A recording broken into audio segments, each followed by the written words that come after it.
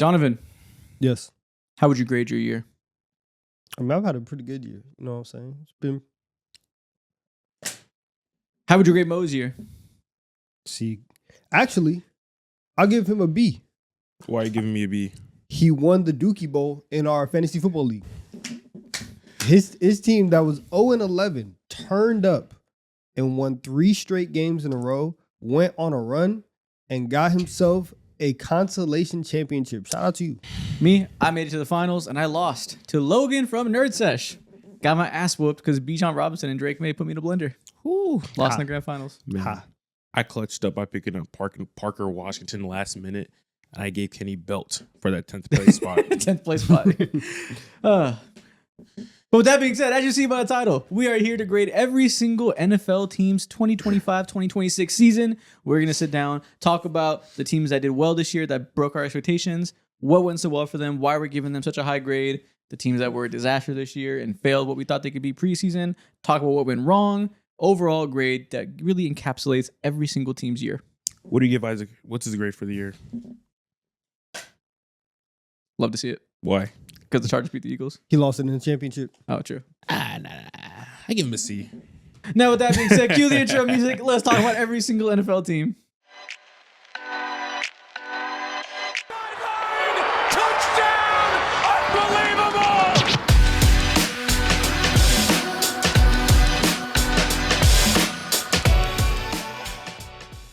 You already know what's going on. What is this? It's Big Birds over here. I love this. It's my Christmas present. Okay, to yourself?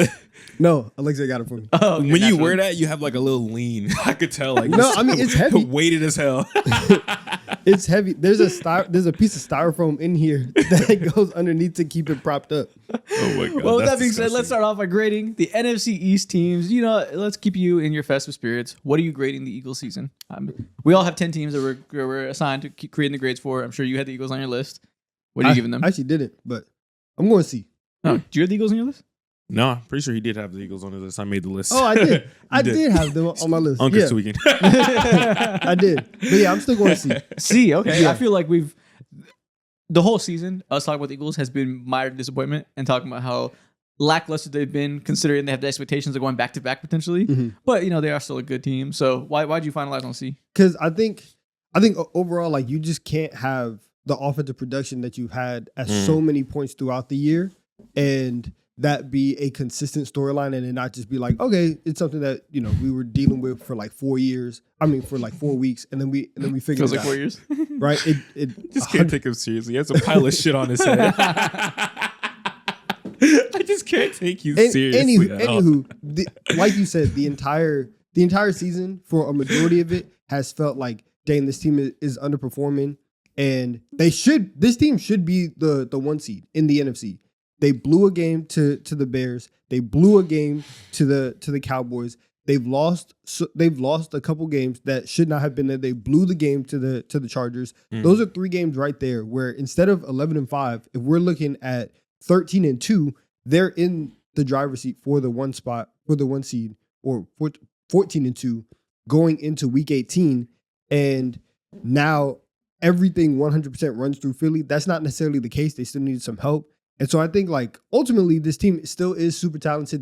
They still can go back to back. I think it's possible, but the road doesn't look as easy as it probably should have been. And we've seen a complete decline of one of the strengths of this team, which is the offensive line. Yeah. And throughout the entire year, that hasn't been the case. So I kind of feel like D might be appropriate then. Like the defense has been amazing. So that's keeping them out of F. But like the offense has truly been, again, for best team in the world standards, you really have an F tier offensive season. Like the fact the offensive line isn't healthy, and even some of the guys that are healthy don't look great. Like I don't feel like Landon Dickerson looks like one of the best guards in the league. I don't know. You talked a lot early in the season how Mailata was having his own issues that were separate from all the injuries.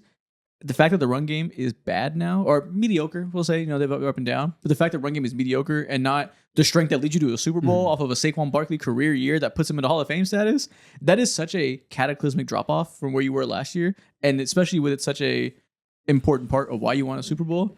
I kind of feel like 4, like I said, win a Super Bowl standards, kind of feels like D would be appropriate. I would say C, and the pushback that I would have is they've still won in spite of their faults. And so you've seen other teams like the Lions who have been going through their own, they've been going through their own set of issues, their own kind of like identity crisis, retooling type of season, and they're out the playoffs. Yeah. The Chiefs have gone through it over the past couple of years. This year was really a tipping point for them. They're out the playoffs. The fact that you can still be this flawed and not only be in the playoffs and have like a wild card spot, but you won your division and there's still a chance for you to be the number 2 seed.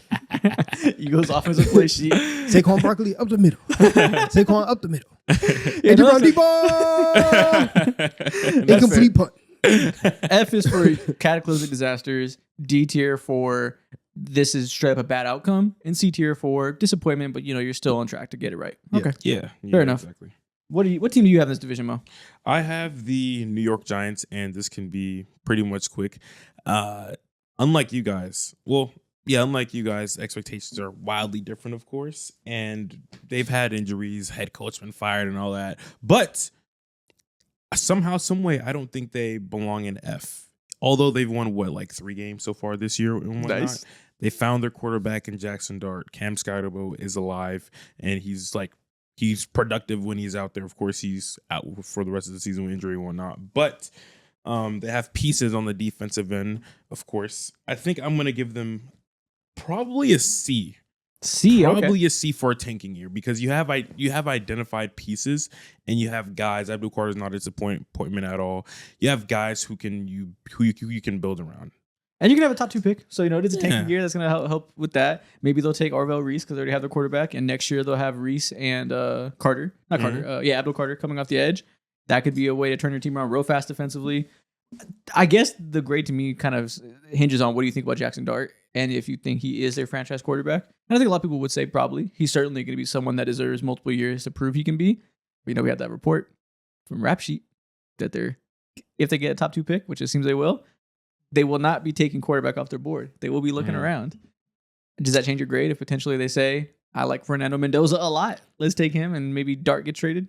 That changes my grade tremendously because that's how your season pretty much hangs on, bro. Yeah. Completely. If that is the case, then it's all right, that would drop my grade. But strictly going based off of what the on-field product was this year, it's an F. But considering what they've been able to identify so far and what they can hang their head on for the next few years, that's why I'm okay, you guys don't deserve an F. This is a C because a lot of teams don't have what you have. Yeah, and honestly, that report is probably just we're going to do due diligence. We're going to be a competent front office. It sounds good to say that, even though it might scare some fans that love Jackson Dart. Yeah. It's not a crazy thing. And even if that is the case, that means they will be able to trade him for something pretty because he has shown a lot of promise. And, they have a left tackle that's emerged as maybe the best in the league. That's really great.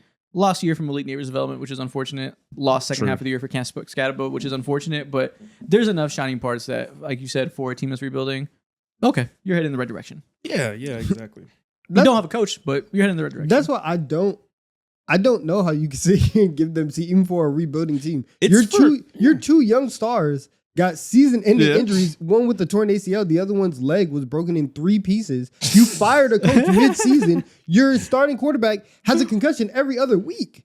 But the future's not terrible. You're right. This has been a disaster. You're right. We're from start to finish. You have me thinking we're grading them their outlook, their future, what they're going forward. We're grading this season. This shit has not gone fortunate. I don't think Giants fans have had a single bit of good time. I'm giving them an F. It's injuries. Injuries happen every year to every fucking team. And that's a big part of your grades. Is unluckiness from injuries. We're not grading their decisions. We're grading how this season went for them and how we're going to encapsulate the 2025 season.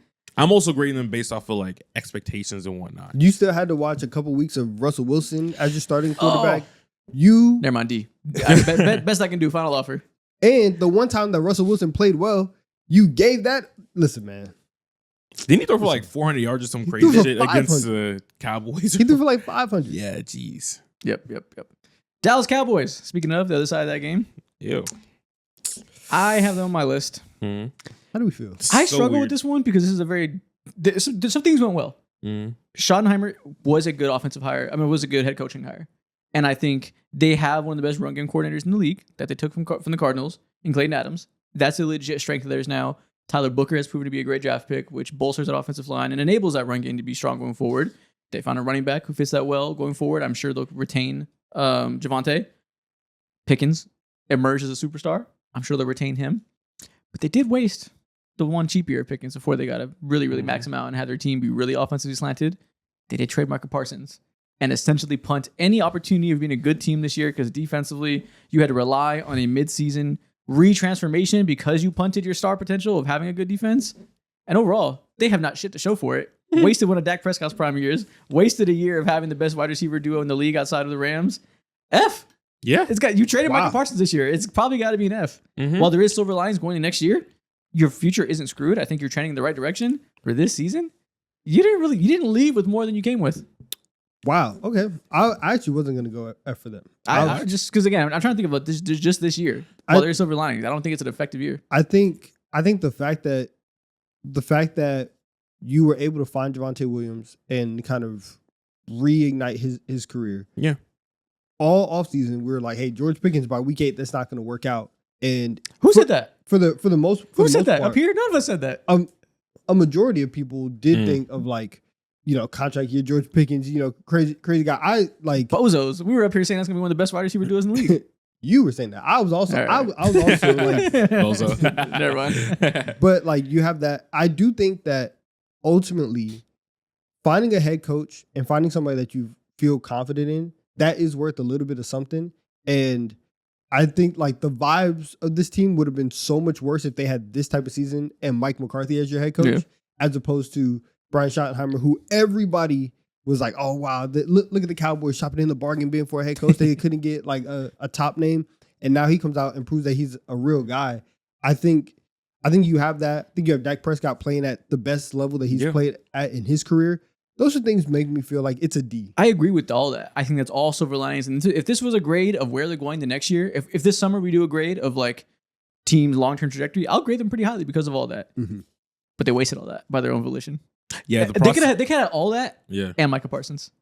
Yeah, the process of it just was disgusting. That's why I would damn near give them an F. Like you're talking about vibes, you're talking about these things that are like silver linings to a failed season, which you don't make the playoffs, in which the Eagles tried to give you an opportunity, in which the rest of the division tried to give you an opportunity. You could have had a wild card spot pretty feasibly. Yeah, you blew it because you decided to not have a good defense. What's going to happen? They're going to end up at 8-1, straight 500, which is about like where we thought that this team was. I think when you have a top 5 offense, you should be able to take advantage of that year, and you should have better. What do you mean why? Because you had Micah Parsons, you could have had a competent defense potentially.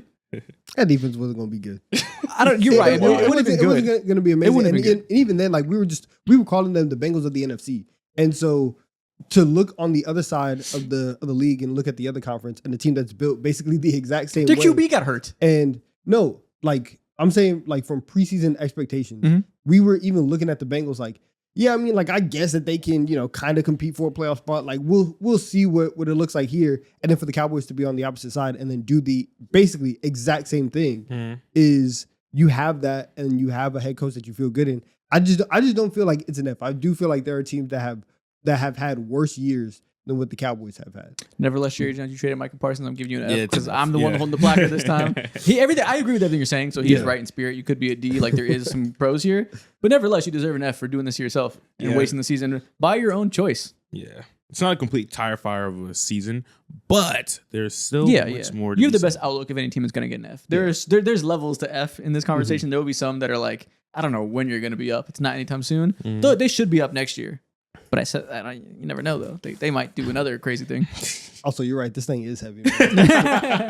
You're leaning a little to left the entire time. I was like, all right. Who has the Washington Commanders? What grade are we giving them? Ooh, I have the Commanders. This is a true F. This is the first real F that's undisputed. No one can say anything to me about this team whatsoever. Of course, Jaden Daniels injured not the entire season, but for a majority of the season and whatnot. This team is old. This team was missing Terry McLaurin at the start of the season. We've seen so many clips, so many montages of Bobby Wagner just chasing dudes up the field, looking like a damn robot at times and whatnot. Bro, this team has nothing going for it at all other than Bob. Bob is good, but that's it. Bob, you mean Bill? Oh, my bad, Bill. Bob. Bill's not even that great. But this is truly an F. You know how you know it's an F? Jaden Daniels had one of the greatest rookie seasons of all time. Took his team to the conference championship right away. He should have been in PR safety for like 5 years. And your season was so disastrous. People were calling him a bust. People were saying he's the third best quarterback in his draft, and there's no chance that changing. People were saying that I don't even know if he's a top 15 player now. He's a sophomore slump. First year was fake. All this stuff. Like we just forgot 2024 happened because 2025 was so goddamn disastrous that you can't even remember the good days. Yeah. When you start to fail in the ways that people think like prior that you were going to fail, everyone coming in is like, yeah, he's good. He's going to get hurt. Yeah. And then you have an entire season marred by injury. Now it's like, oh, like everything that we thought about you is now confirmed. And so moving forward, are you going to be able to stay healthy? Are you going to be able to take all of these hits? Like, I don't know if that's how people feel, and it probably isn't. Look where we were a year ago. Jaden Danielson's first playoff game, 304 yards, 2 touchdowns, 24 of 35 for passing, led a game-winning drive. Damn. We went to talking about game-winning drives to talking about the draft, top 10, like immediately, like truly disaster. And it's also a truly disaster because there's no like easy reshuffling. They have to do a lot of roster turnover. They have to get young, like you said. They have to nail this draft. They want to get back to where they were last year. They have to figure out a lot of the situation with the backfield, with the wide receiver room, with everything on defense, the secondary, getting more pass rushing juice. Every level of that defense needs to be addressed. Yeah. Every level of the weapons outside of Terry McLaurin and Debo, which I can't know if I can say outside. Those guys aren't getting any younger. So there's really not a whole lot outside of Jaden that you're like, we're going to be good going to next year. They need a complete reconstruction. And that's something that we haven't been able to say about any team that we mentioned so far. Yeah. True F. And when you have Jaden Daniels, you can reconstruct pretty quickly. Like, it's possible. Yeah. You know, you got here in 1 year with him in his first year there. You can do it again. But it's not a guarantee. You might be mid for some years. Yeah, man. It's bad. It's bad. You might be mid for some years. Love it. Who's next? Who's the next team? Next division. Let's stick in the NFC. Let's do the NFC West. I have the Seattle Seahawks. Easiest A+ in the world. Currently sitting at 13-3. Probably going to be the 1 seed as long as you take care of business. Not 1 seed. I mean, probably going to be the the 1 seed. Oh yeah. Okay, I meant to say probably going to be first in your division, but also the 1 seed. As long as you take care of business in week 18. A+ for results for being the best team in your conference potentially. Also A+ for shattering preseason expectations. Yes. This is a team that's traded DK Metcalf, got rid of him. Really had to rely on JSN being a first option after being a slot receiver first couple of years. And last year he had an emerging season. We knew he was really good. It wasn't a guarantee in people's minds that he could handle being an outside number 1 receiver. Now, was that silly and he deserved a bit more benefit out? Maybe. But that was a question mark. Outside of that, you had Cooper Kupp, a whole lot of weapons that aren't really inspiring, and a quarterback who has spent 9 years of a career being mediocre, and then 1 breakout year under Kevin O'Connell, who was viewed as a quarterback whisperer that saved him rather than Sam Darnold saving himself. You come in here with a perceived bottom 10 offensive line, a quarterback with question marks, lackluster weapons that seemingly downgraded from last year, and what do? You casually have a top 5 offense in the league. You casually blow everybody's doors off, despite still having a bad offensive line, not being able to run the ball really at all. You're 25th in EPA per rush, but you're still like number 1 or 2 in rushing volume because the scheme is that strong with Clint Kubiak. You have your offensive mastermind. You better pray you keep him.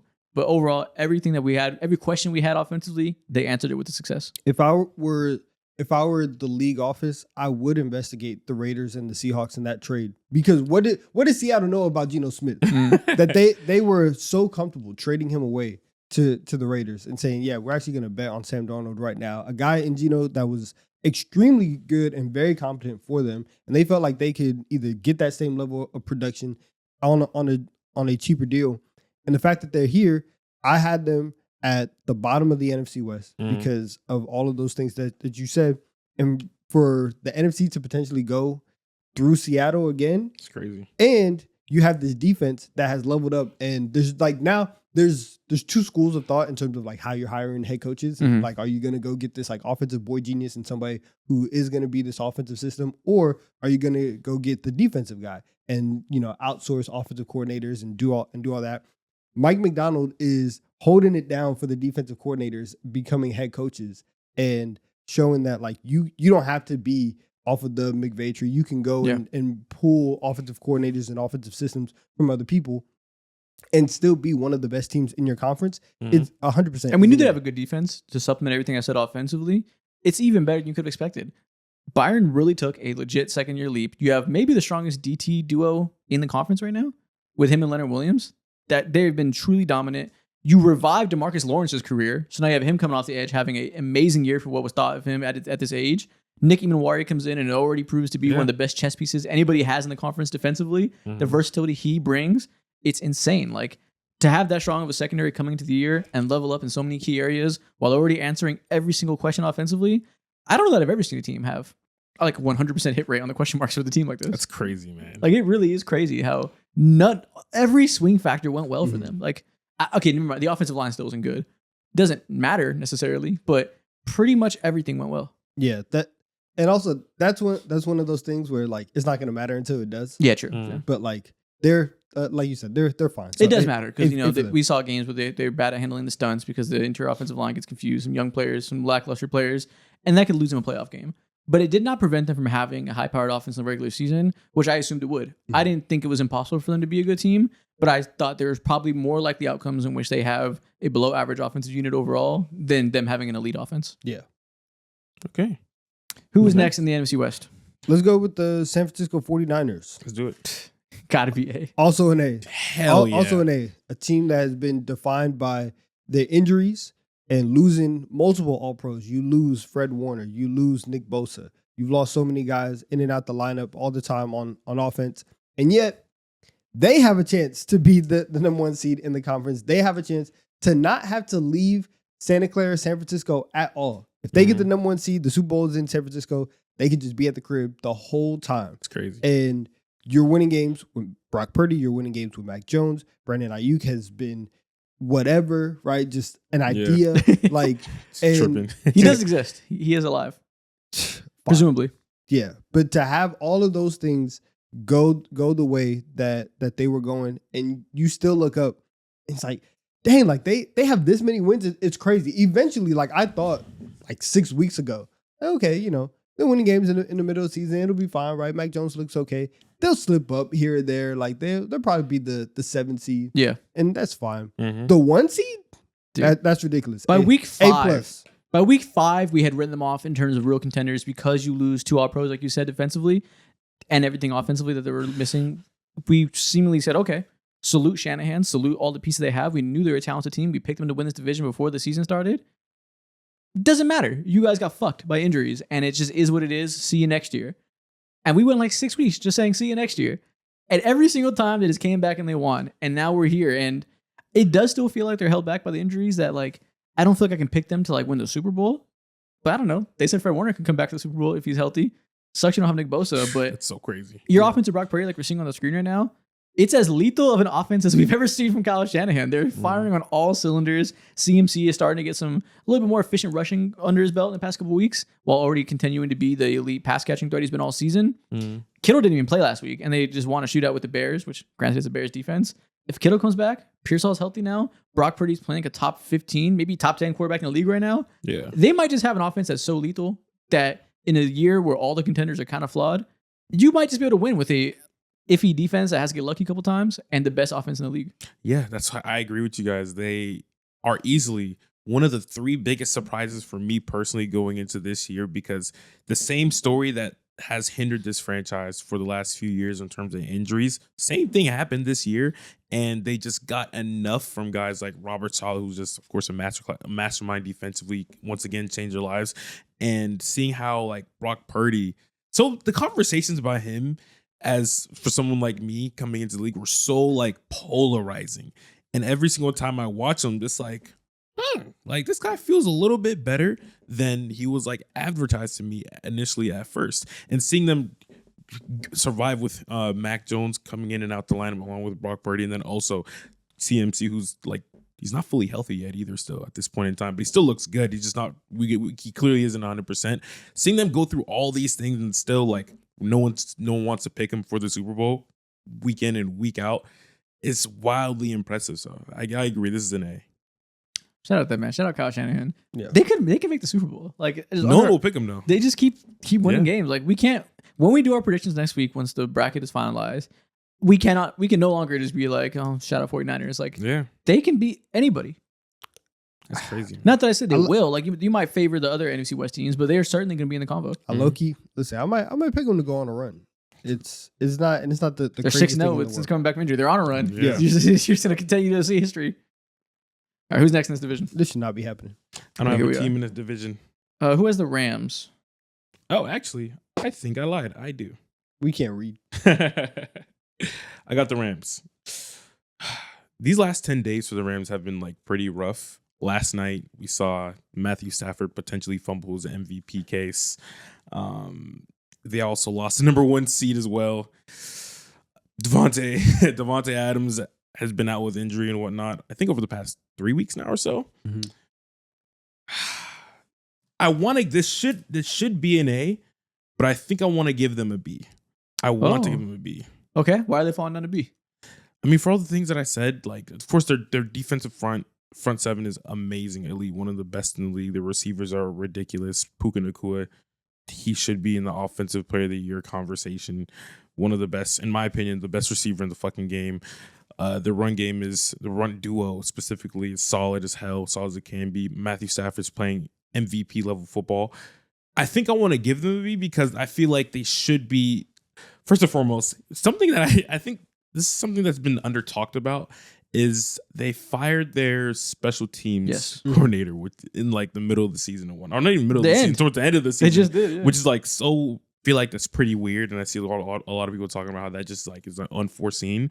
And I think that whole situation when it comes to their special teams scenarios, I think it cost them like maybe 3 or 4 games this year, and they fixed that. Of course, they still lost to the Falcons for whatever reasons and whatnot.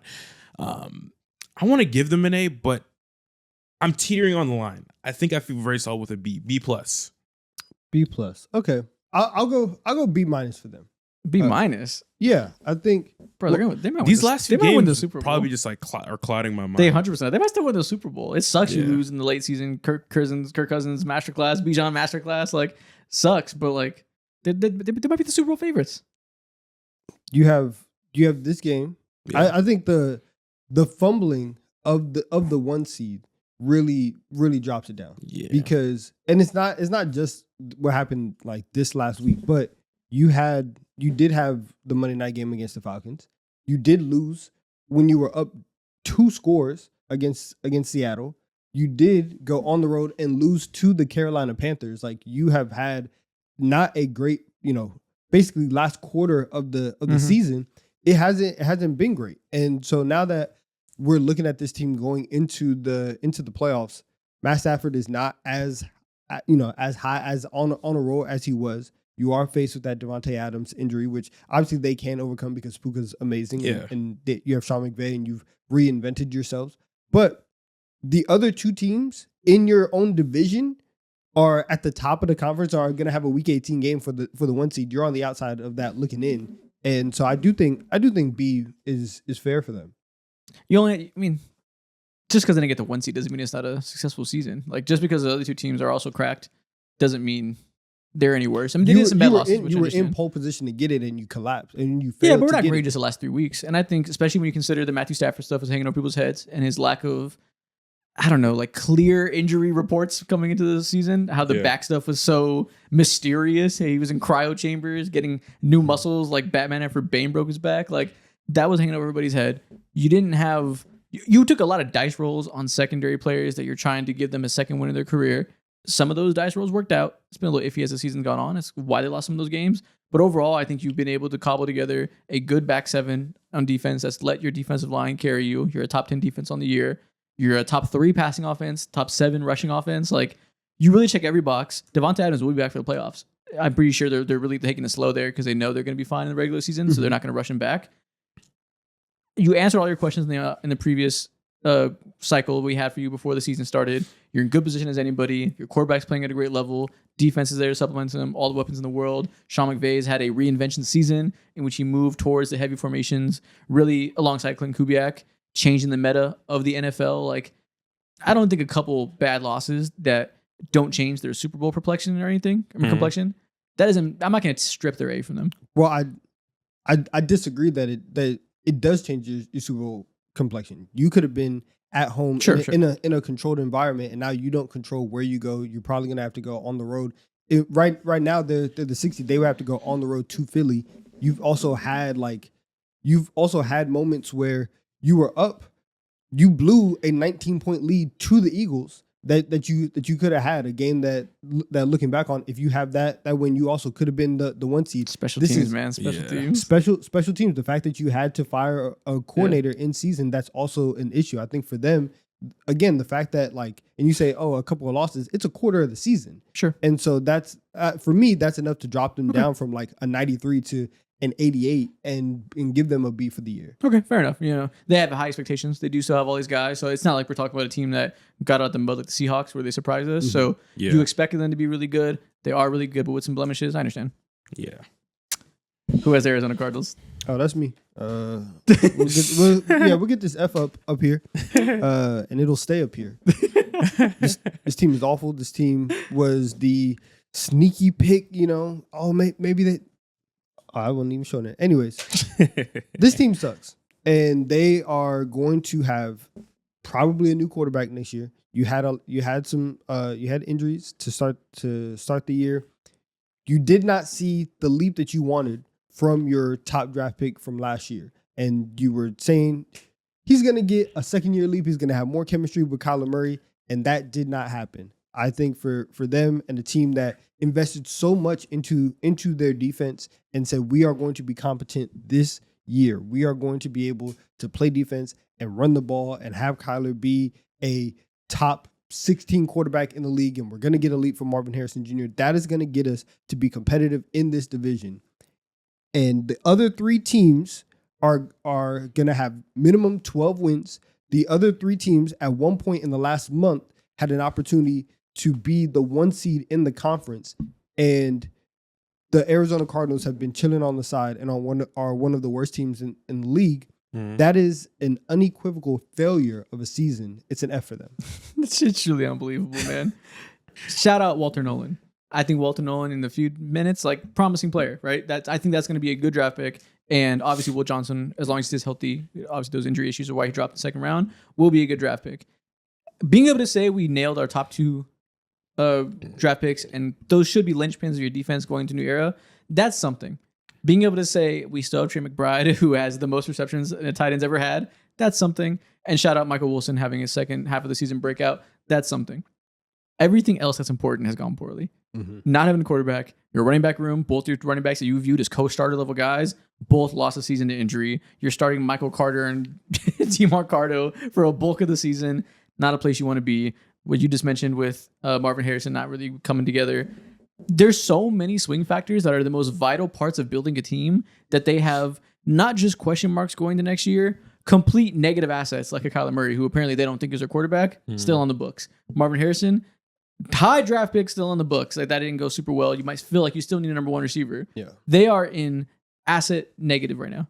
Yeah, this is gonna have to take one of the most creative retooling mastermind game plans in order to turn things around. Usually, for all these teams that we give an F to, it's just oh yeah, injuries and whatnot. Oh yeah, your initial offseason plans didn't work out at all. It's the plan over the last 5 years didn't work out. And everything exploded into their face. And then also expectations wise, this team was every nerdy NFL fan's pick to be a surprising team. I thought this team would be in contention for the other 3 teams of being a legit playoff team. I thought we'd have 4 teams in this division that, presuming good health, would be in competition for wildcard spot. That somebody would get unfortunate injury luck, so they wouldn't all make it, obviously, as they can't. But we would have a legit race that takes across the entire division for who's going to win. They did not hold up their end of the bargain at all. I look ridiculous for saying they could be better than the Seahawks. They're a failure. Completely. Yeah, that's what they are. And if you make me look ridiculous, I hate you. You're on the hate watch list going into next year. I'll be picking you 4th in the predictions no matter what you do. Yeah. You can trade for Patrick Mahomes and you're 4th in my division next year, buddy. You can get Justin Jefferson, Patrick Mahomes, and prime Rob Gronkowski walking through the doors. You're 4th next year, buddy. Oh my God. Die slow. That's what I'm saying. Embrace the hate. I was so high on their defense. I do still love Walter Nolan though. I really wish Chargers would have got him. That's funny as hell. He said die slow. Die slow as fuck. Speaking of the Chargers, let's do the AFC West now. Perfect. Chargers, I'll start with them. Mm-hmm. I don't know what to do with this. They lost the highest paid left tackle in the league before the season started. Fuck. There goes their opportunity to be a top 10 offense potentially. They still have maybe the best young tackle in the league. Probably the best young tackle in the league in Joe Alt. Would be nice to have the best duo, but at least you got one. He goes out for the year. Now you have the worst offensive line in the NFL. That immediately makes it a lost season. And anytime you lose a season of prime Justin Herbert in which he's playing the best football he's ever played, I'm inclined to give you a D or an F. But here they are, going to be a playoff team because Jesse Minter is one of the best defensive coordinators in the NFL. They have a defense that we can't write them off come playoff time. You know, they're not going to be easy to lick. Even if the offensive line is a major issue and will prevent them from winning a Super Bowl or anything like they maybe could have, you have an elite defense and you have a quarterback that can outdo anybody on any given day. If he has enough help, I guess I'll go like B-. That it does still feel like a lost year, but they've made the most of it. They've truly maximized what they could in some ugly ways. You know, along the way, there were some dull moments in which you lose to the Giants and the Commanders in back-to-back weeks, and I felt like the sky was falling. Yeah. But here we are, and you're resting starters in Week 18 because you already secured a playoff spot. I guess you got to be a B. Ooh. Hey? A for the circumstances that you guys like have survived. I agree with that. Any other, and this is purely a Justin Herbert grade. Any other quarterback not only like wouldn't necessarily be in this position where you are resting people in Week 18. Any other quarterback would be dead by Week 10. And the fact that Justin Herbert still, even though his hand is broken, is still out here. I'm not gonna lie. Is still out here making plays. Like there was a legitimate possibility going into last week for the Chargers. Like, you know, kind of sneaky. Could they somehow get the 1 seed in the AFC? Like that wasn't out of contention. For that to happen when Omarion Hampton hasn't been this like otherworldly, he got hurt. This like otherworldly back that we potentially thought that he could get to, obviously because you're playing behind one of the worst offensive lines in the league, and that should nuke so many things that you have. But they are still a double-digit win team. I feel like for them to still be in this position, that's an A. It's ridiculous. You convinced me. Our arguments you just made were great. I'm going to change my grade now. I'm giving them a C because you just reminded me that the standard for success in this season is Justin Herbert not dying. I will not applaud you for your quarterback being able to keep himself alive because you gave him nothing to work with. I will not applaud you because you started Bradley Bozeman as your center coming to this year. And when your tackles go down, you have the worst offensive line in the NFL. I will not applaud you because your offensive line coach is terrible. So all the guards that come in to replace, all the tackles that come in to replace your guys play horribly. I will not reward you because Greg Roman is one of the least inspiring offensive coordinators in the NFL who does nothing to create a quick game and get the ball at Justin Herbert's hands fast to take advantage or to negate the fact that your protection is so bad. You give him no easy outs. He has to go out there and fight for his life because your coordinator has no abilities to make it easy on him. Your talent has no abilities to make it easy on him. You get a nice C for putting Justin Herbert's life at risk for 12 straight games. But how many players like Justin Herbert? I'm not grading Justin Herbert. Survive. Justin Herbert gets an A+ in my heart every time. This is about everybody else outside of him, and they have categorically failed him in every regard except for the defense. I was about to say, you haven't mentioned defense once, and that's for good reason. That's why it's not an F. It should be a B. That's why it's not an F. You get the worst grade. Honestly, Greg Roman, I hate you. I hate you. You get, where's my D? D. I hate you, Greg Roman. God. Austin Deculus. F. He's just a great player. What a frustrating season. Yeah, it's been tough. Frustrating, but man, so inspiring. No, it's not. You only get so many years of a prime franchise quarterback. It's the opposite of inspiring for me. It's not going to happen either. Like the Chargers are who they are.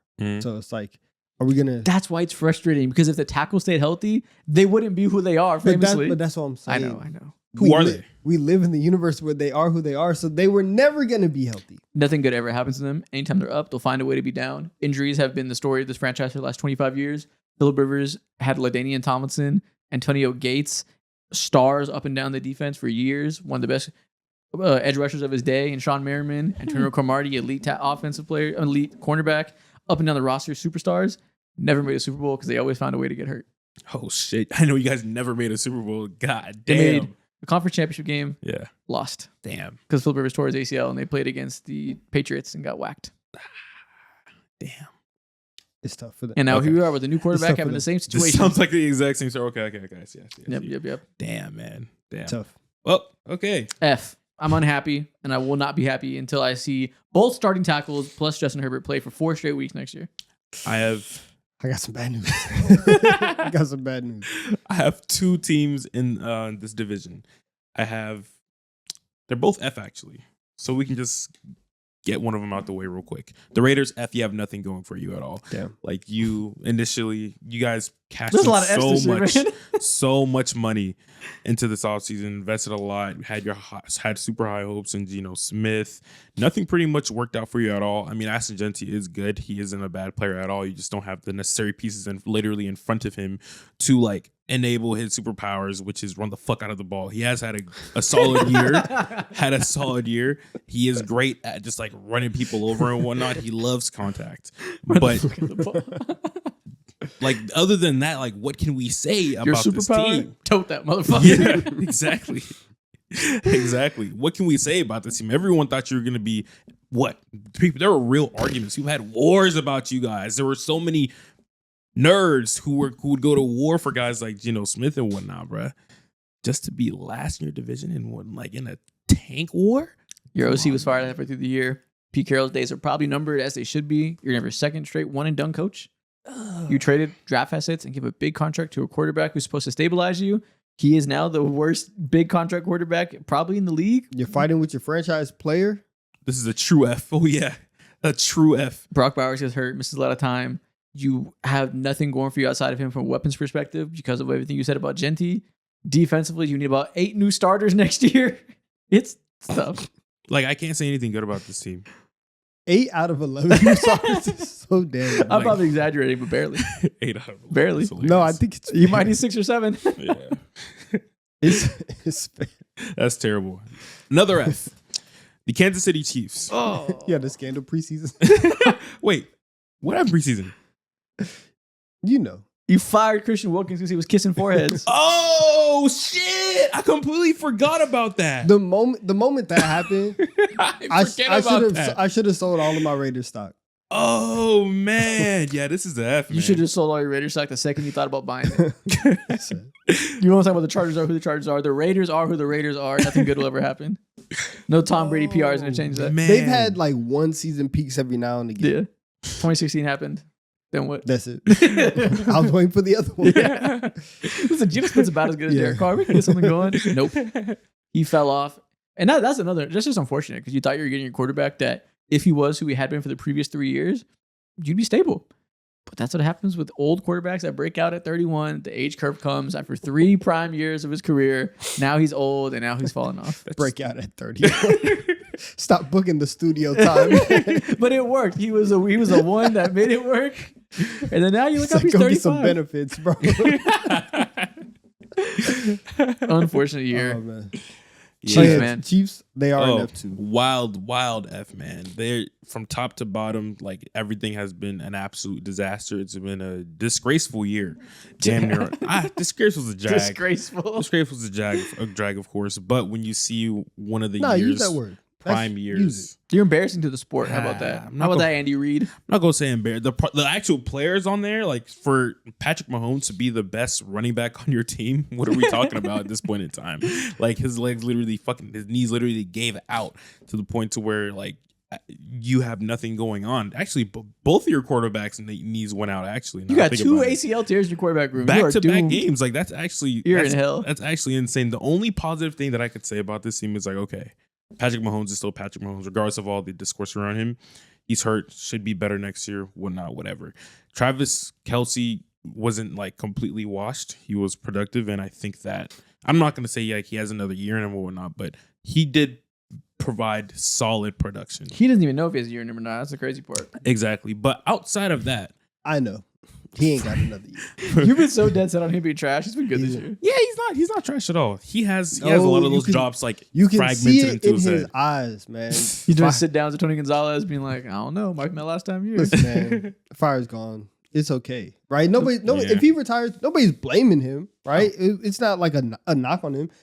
Kelsey's been in the league for a long time, and so it's okay. And they've played so much football over the last 5 years that your season just keeps getting extended and extended and extended. And now when you are one of these like all-time tight ends and you're dropping simple passes, right? You still are better than, 95% of the tight ends in the league. But to get to your standards, I would understand if he's like, I don't want to be this version of myself anymore, especially when Mahomes is going to have a torn ACL. Like, yo, man, I was already towards the end of my career. I'm done. Yeah. So it makes sense. Having to like completely reconstruct your offensive weapons is just so damning. Like, there's not many players here who you could be like, oh yeah, I want him back next year. Yeah, like, especially in a year that we thought the swing factor of why the Chiefs could get back to relevance this year, not relevance, wrong word, could get back to being the Super Bowl favorites this year, was because we thought the weapons could be finally good enough after several years of Patrick Mahomes' definition of getting it out of the mud, finding his way to Super Bowl after Super Bowl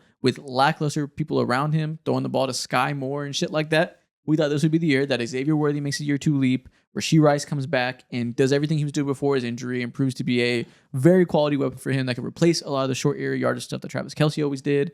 We thought that maybe Hollywood Brown could be healthy, and we just have a lot of guys now that we're no longer running around and try to figure it out and throw 3-yard spot routes nonstop, Patrick Mahomes. And we got probably the worst version of that we've seen, even with all those guys healthy, because Rashee Rice was not as productive as you'd want. Xavier Worthy is, I think I can say, a certified draft miss. I think it's pretty clear that he is not that good. I was trying to think of a soft word. He's not good. He is really not at all. And I mean, shout out Hollywood Brown. He had some moments, but he's just Hollywood Brown at this point. Like you mentioned, the running back room is non-existent. They have nothing right now, weapons-wise, that you feel good about. Not a single one besides Rice. Yeah, weapons-wise, it's cooked. I think for them, anytime that you leave a season with the feeling of we need a complete retool of everything that we're doing, that's an issue. And it feels like the game passed Andy Reid by a little bit. He has to figure a way to reconstruct his system and get modern like Sean McVay did. Mm-hmm. I don't know if he can. He's pretty old. It might be more likely he retires than he completely changes up his ways.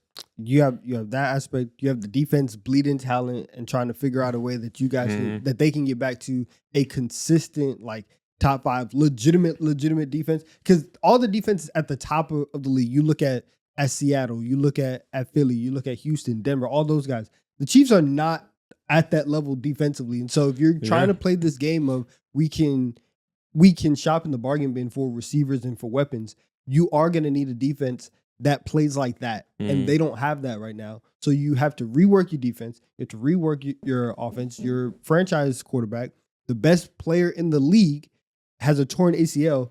It's an F. And now that I think about it, it never really like just hit me in my head how bad these weapons around Mahomes is for someone he has the worst weapons for any elite level quarterback. I'm thinking about guys like Drake May.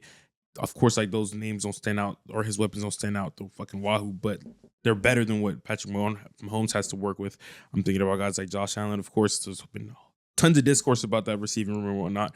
But James Cook, he's a 1,600-yard running back. Yeah, exactly. Like he's a fucking force, you know. I think about all these other elite level quarterbacks like Matthew Stafford and whatnot too, and then you could also throw in Dak Prescott and whatnot. Like these guys have so much working towards their way. One of you guys know I've been counting. That's whatnot number 10 so far. That's so sad. They've been in the comments the past 2 weeks noticing. We all got it. I noticed, but I didn't start the counting yet. Yeah. I was gonna start in the second half of the show. It's funny because I say it a lot too, but they notice it with you. Yeah, I know. Broncos. Hey, pretty clear. Real contender. Easy. They made the leap. Everybody in the offseason saying Bo Nix is going to be better. This defense is going to be great.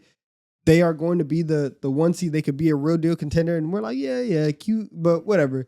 And then they just actually went out and did it. So shout out to them. In our top 10 contender episode, we put them on there. And I think the room wasn't super high on them overall, but it was like, the defense is good enough. You got to put it in the convo. I said, I think there's a world that they can have a 14-win season if Bo Nix is who we thought he was at the end of last year when he really got it going after the first half of his rookie year was so bad. I said, okay, they brought in Pat Bryant, Troy Franklin going into year 2. They bring in RJ Harvey. There's enough young weapons here that if 1 or 2 of these hit, the offense can be good enough with the defense being absolutely monstrous that I think a 14-win season is possible. I wasn't predicting that in fucking pen.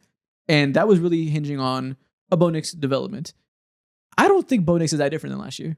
Bo Nix had a god-awful start to the beginning of the year where the first couple weeks he was fine, but like week 4 through 6, we were like, yo, who the fuck is this guy? Looks nothing like we thought we saw at the end of last year. He looks horrible. And then he gets it going. He has some of the best games of his career, and now he's playing his best ball. Sounds a lot like what he did his rookie year. This is a guy that just eases into the year and gets going as the year goes on. They figured out how to really maximize the Sean Payton offense where they're really doing everything we thought they'd do, right? They're doing the short area yard stuff to really let their weapons kill in yards after the catch and relying on Bo Nix's arm strength and accuracy downfield to hit enough counter shots. I don't think the offense is like a great leap, though. And they've still managed to do this. That's how great their defense is. So who knows what it looks like if the offense takes another leap going to the playoffs and gets going at the right time. This team has a legit chance to win the Super Bowl. It's really best case scenario. And it could be better case because we still could get a better version of the offense. Yeah, I think the fact that you are here and you missed Pat Surtain for some of this year, like you missed your DPOY on the defensive side of the ball, and we're still able to get it done. You've had obviously, like, you can't win 14 games without like just winning a lot of games, but the games that they have won and winning them in those fashion is extremely encouraging if you are thinking that this 14 game regular season is real, right? Like when the Chiefs weren't completely broken, you did beat them in a game where you had to out execute them at the end, and you did it. You were down 2 scores to the Eagles. You went on the road. You won that game. You were playing against the Packers. You did that. You were down crazy to the New York Giants in a game that you shouldn't have been in, and still you found a way to turn up in the fourth quarter and win those games. They've done their job every single week, and they figured out a way to win multiple ways. So you have no choice but to respect the 14 game. When Bo Nix was playing like a terrible starter, you're still winning all those games. Now that he's playing like an average to above average starter in a lot of these games, who knows what the ceiling is? Okay, man. You won in spite of him. Now that he's being a legit weapon and having these games like the Packers game where he looks like the top 15 quarterback you hoped you could be, you could make a run. They got it. You could win the Super Bowl for sure. The AFC is wide open enough that sure, traditionally you're going to get people that side with the best quarterbacks. You're going to say, I'm going to trust Josh Allen in the fourth quarter, whatever. That might happen. You might lose. You also might beat all those quarterbacks because your defense strangles everybody. Yeah, man. They're special. Yeah. 1 seed. AFC has to go through Mile High. Not an easy place to play. Like, it's been as good of a season as you guys for. Yep. AFC North. Who wants to go first? I will go first. We will go with the Baltimore Ravens. Okay. And complicated one.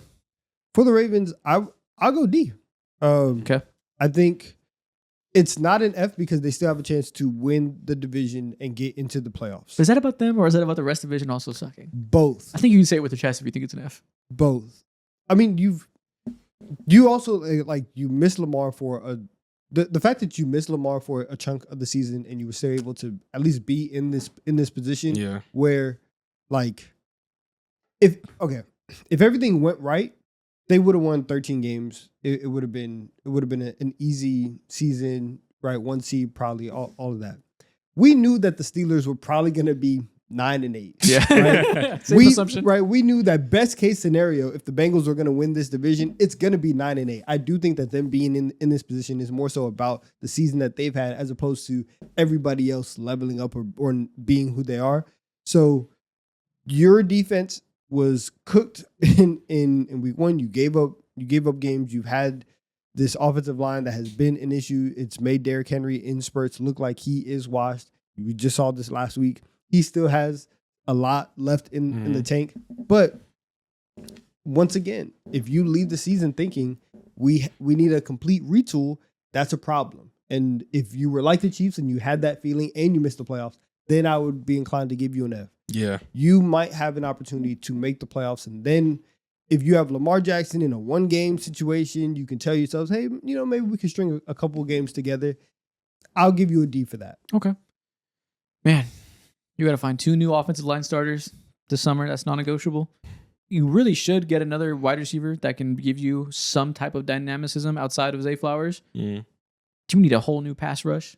If Matt BK retires, like people are theorizing off of like a Reddit post, if that's true, and Matt BK is retiring because of the neck injury, you need 3 new pass rushers, and you got to pray Mike Green is good in year 2 because he hasn't been good in year 1. You have a lot to go for him that we didn't think were going to be weaknesses at all, that now are dire weaknesses going the next year. D's generous. With all that being said, I don't know how this is an F of a season. Like everything's not going their way 4 standards at all.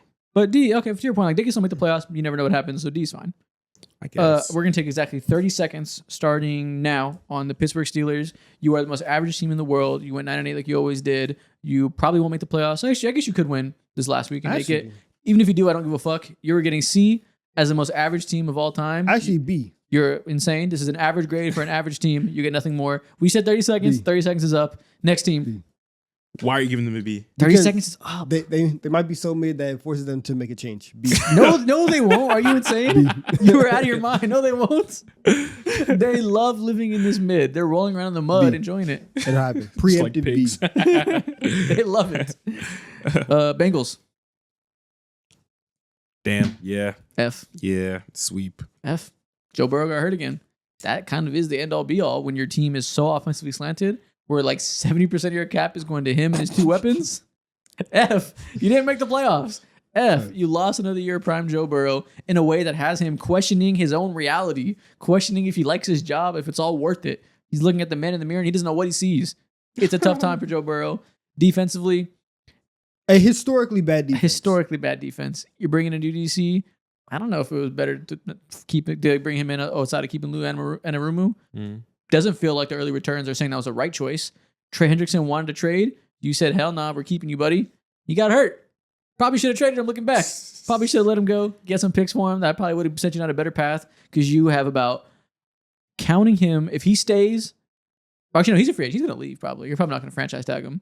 You need 11 new starters on your defense. 10. They have some good DBs. Shout out to DJ Turner. You need 9 starters on your defense. Realistically, you probably need 6 or 7 because that's what's manageable in a one-off season. You probably should have traded Hendrickson and brought in as many draft picks as possible to take as many bites of the apple as possible. And you better hope that Shamar Stewart is actually one of these developmental guys. Or you drafted a pass rusher who wasn't good at pass rushing and say he could be good at pass rushing one day. You better hope Demetrius Knight takes a year 2 leap at a position that usually takes a year 2 leap. You don't usually see inside linebackers being amazing from year 1. So there's reasons to believe some guys will be better next year, but there's also reasons to believe you need about 10 new starters counting both sides of the ball. We don't know if you can ever get 2 healthy Joe Burrow years in a row. Nothing good is going for you. All the swing factors went the other way. But with that trend, he will be healthy next year. So be on the lookout. True. I feel like there's no worse like team to be a fan of, archetype wise, than like a team like the Cincinnati Bengals, and I guess the Cowboys too. Just in terms of great quarterback, elite wide receivers.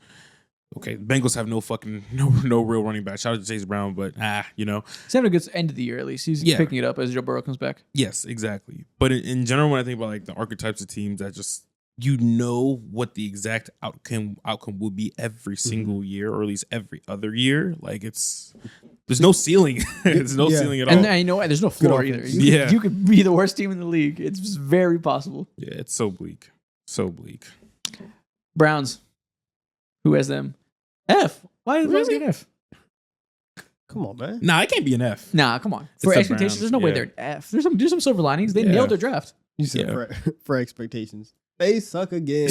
But how they suck this time though is different. Now they nailed their draft and they have multiple first round picks going into next year. This was supposed to be a reloading year where we'll see if we have a QB. If not, next year we can get one. They nailed every draft pick they had outside of the quarterbacks. They spent 2 draft picks on the quarterback. And that's good practice though. And they weren't premier draft picks. They weren't their first or second round. They have like 4 other picks. You spent a day 2 pick on Dylan Gabriel. Yeah, bites at the apple is okay with quarterbacks. When you have enough hits that they have, Mason Graham is promising. Judkins is great. Fannin is great. Schlesinger might be defensive rookie of the year. And Judkins now has 1.5 legs. So like that's done. You might fire your coach at the end of this year. Shout out to Myles Garrett. Myles Garrett, you get an A+, right? you get this. Everybody else, you get this. Nah. I think, and of course, it's not all the internal fault of the Cleveland Browns. However, when you do have conversations and discourse over whether or not your head coach is intentionally sabotaging your quarterback, and that's just something that kind of just like looms over the team the entire year, whether that quarterback is playing or not. I'm looking at this team being at the bottom of the barrel. Once again, they are setting themselves up to be the bottom of the barrel. I'm not going to fault them at all because Shedeur Sanders fans are schizophrenic. I refuse. I'm giving them an F. I'm not looking at this team and saying, "Oh, what's your grade?" C-. Hell no. When they're you're a bad team, you don't. Yeah. What could have they done to like deserve an A? You're not getting an A as a bad team. That's not how Well, this come works. on. Everybody's on their own timeline, and they're a rebuilding team, which you don't often see in the NFL. But like they're doing it in a way that they're trying to recover from the worst mistake of all time in Deshaun Watson contract. Right, that is the biggest grave anybody's ever dug themselves out of. I think they understand they need to play the long game, and I think this draft class and what they did this offseason. Well, if they wanted to play the long game, then they should have traded Myles Garrett whenever he asked for it, instead of trying to throw $40 million in his face and then actually maximize the value. But you kept him. And they still figure out a way Sure. to try to maximize the You don't value see me too giving them by an hitting A. all their draft picks. I'm not giving them an A. They should have traded Myles Garrett. That would have made them get a B maybe because they would have had even more first round picks. Yeah. But they traded out of a pick that was a great decision last year to move back and get extra picks. They nailed most of the picks in this draft class. That is putting you on the right direction to get out of hell. You need to have foundational draft classes. And I think they have 3, maybe 4 foundational picks in this draft class.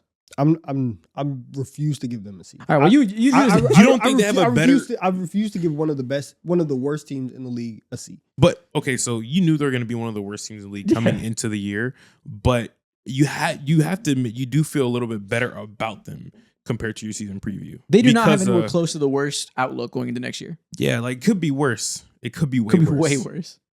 It could be, But it's However, not. So that's why they can't be an F. That's not true at all. I fear it is. If you get a 68 on the test and somebody gets a 20, you both got an F. 68's a D. No, it's Yes. Technically it is. It is a D. It I is a don't D. get D's.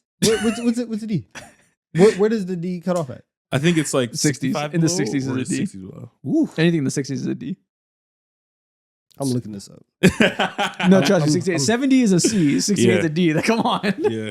I'm looking this up. Either way, 68 is cool. the 2 things. Yeah. 1, the point stands. 2, you knew what the hell I was saying and you're trying to be smart with this like F or D. Either way, you can have varying levels of F. Yeah. And I think that the Browns are, and if we look at the Browns and the Raiders, varying levels of F. Yeah, And no, I that don't- does make sense. I do think that they can get an F. I don't agree that they have to get an Trying to keep- anything. You're the one that brought the numbers up, first of all. Don't blame us because you wanted to make an analogy. Trying to keep. Don't blame us because you said a clear D.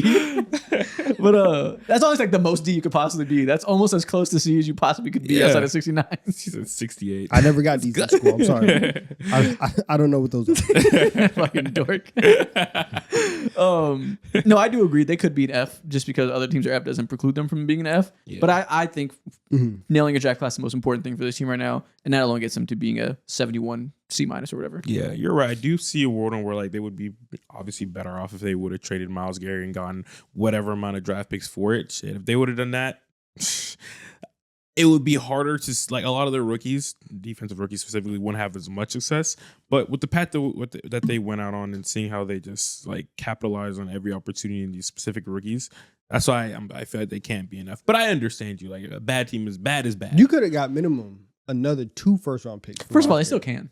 They still can. Like that's not out the door. If like that's super possible to do this summer still. Let me see you do it then. Okay, Fair enough. that's fair.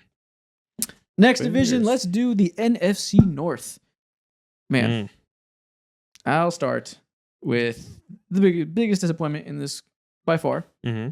We have the Detroit Lions. Damn. This one's complicated because it's an utter disaster of a season. I didn't even see this like level of disaster coming at all. Yeah, but it's also not that big of a disaster. It's a disaster because you're not in the playoffs and you need to be when you're the Lions. But they're not a horrible team, and they very well could be back being in first place next year. There's a lot of reasons to believe that if you don't have one of the best centers in the league retiring right before the season starts, and you can really properly rebuild your offensive line, which was your biggest downfall this year, and if you don't get a 3rd straight year of outrageous defensive injuries, they can be back next year. But overall, it's got to be a D. It's not F because you're not complete tire fire, never going to go well, the era's over, etc. But you really did get the worst of it in pretty much every swing factor. Like I mentioned, the offensive line and stuff, you just could not survive the Frank Ragnow retirement. From the jump, we said that would be a big deal, but it was like that happened right before the season started, so we weren't going to like tear down optimism. We were like, we'll see, they got to figure it out. Could not figure that shit out. He tried to come back, his legs didn't work, had to stay retired. You're now 24th in EPA per rush, and that really is the crux of their issues. They went from being one of the best rushing offenses in the NFL to being one of the least consistent. Mm-hmm. Then you bring in the fact you lost Ben Johnson and had to bring in Morton, who basically got fired halfway through the season, but politely, that didn't go their way. Every single defensive back you have got injured. Your backup nickel was playing free safety because Kirby Joseph and Brian Branch are both hurt. And Brian Branch tore his goddamn Achilles. Who knows if he'll ever be the same? He's one of your most promising players. Every swing factor's gone poorly. But I can't give you enough because I think you could probably win the division next year with a couple of smart moves this offseason. F for them. I think all those reasons are the reason why you get an F. This is a team that was top 5 in Super Bowl odds coming into the year, and they're missing the playoffs. Yeah. They got manhandled twice by Green Bay, lost twice to the Minnesota Vikings. They got their first game against the Bears. We'll see what happens in Week 18. There's obviously a very real scenario where they go 1-5 in the division. Mm-hmm. This is back-to-back years that now you're starting to look like the Chargers and the Niners of, can you keep guys healthy? Are you guys just going to be this cursed franchise where you have to start looking at that? And the fact that Ben Johnson left, and we all knew that it was going to be, different, but immediately a complete identity crisis. And if you are firing coaches mid-season, I do not like that. But I do not think that shows any stability or any sense of like they also didn't fire him. We feel confident. Your head coach your head coach took over plays, and the offense, like, shout out to them, right? They did what they were supposed to do. They had their get back game against the Commanders. Dan was like, "This is how I want you to run the offense." And since then, they still haven't looked amazing.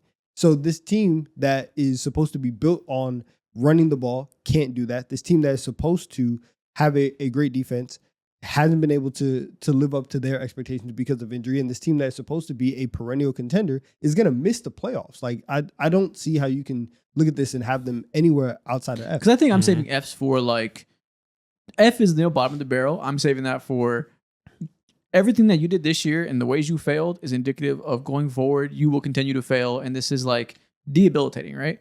I don't think that's the case for them at all. And I think, obviously, like, results-wise, they went from top 5 odds at being out of the playoffs. That's a huge disappointment.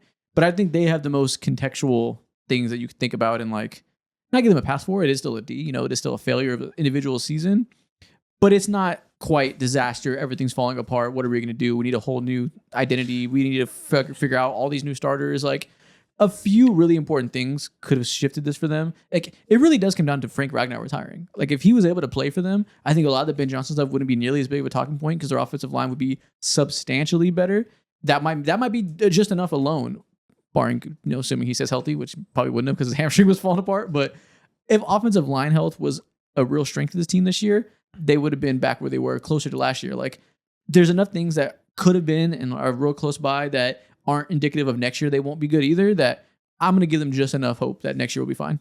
Yeah, exactly. If they were like in a massive hole and just felt like there was no way to climb out of this, then I'd be like, oh yeah, like for sure F. But I could imagine a world where next year they turn things around, they win, like, I don't know, 12. Now, it's not a guarantee though. They can't just walk into next year. Like, they do need to make some moves this year. They should probably trade back out of the first round and get as many draft picks as possible because they have to draft a center for sure.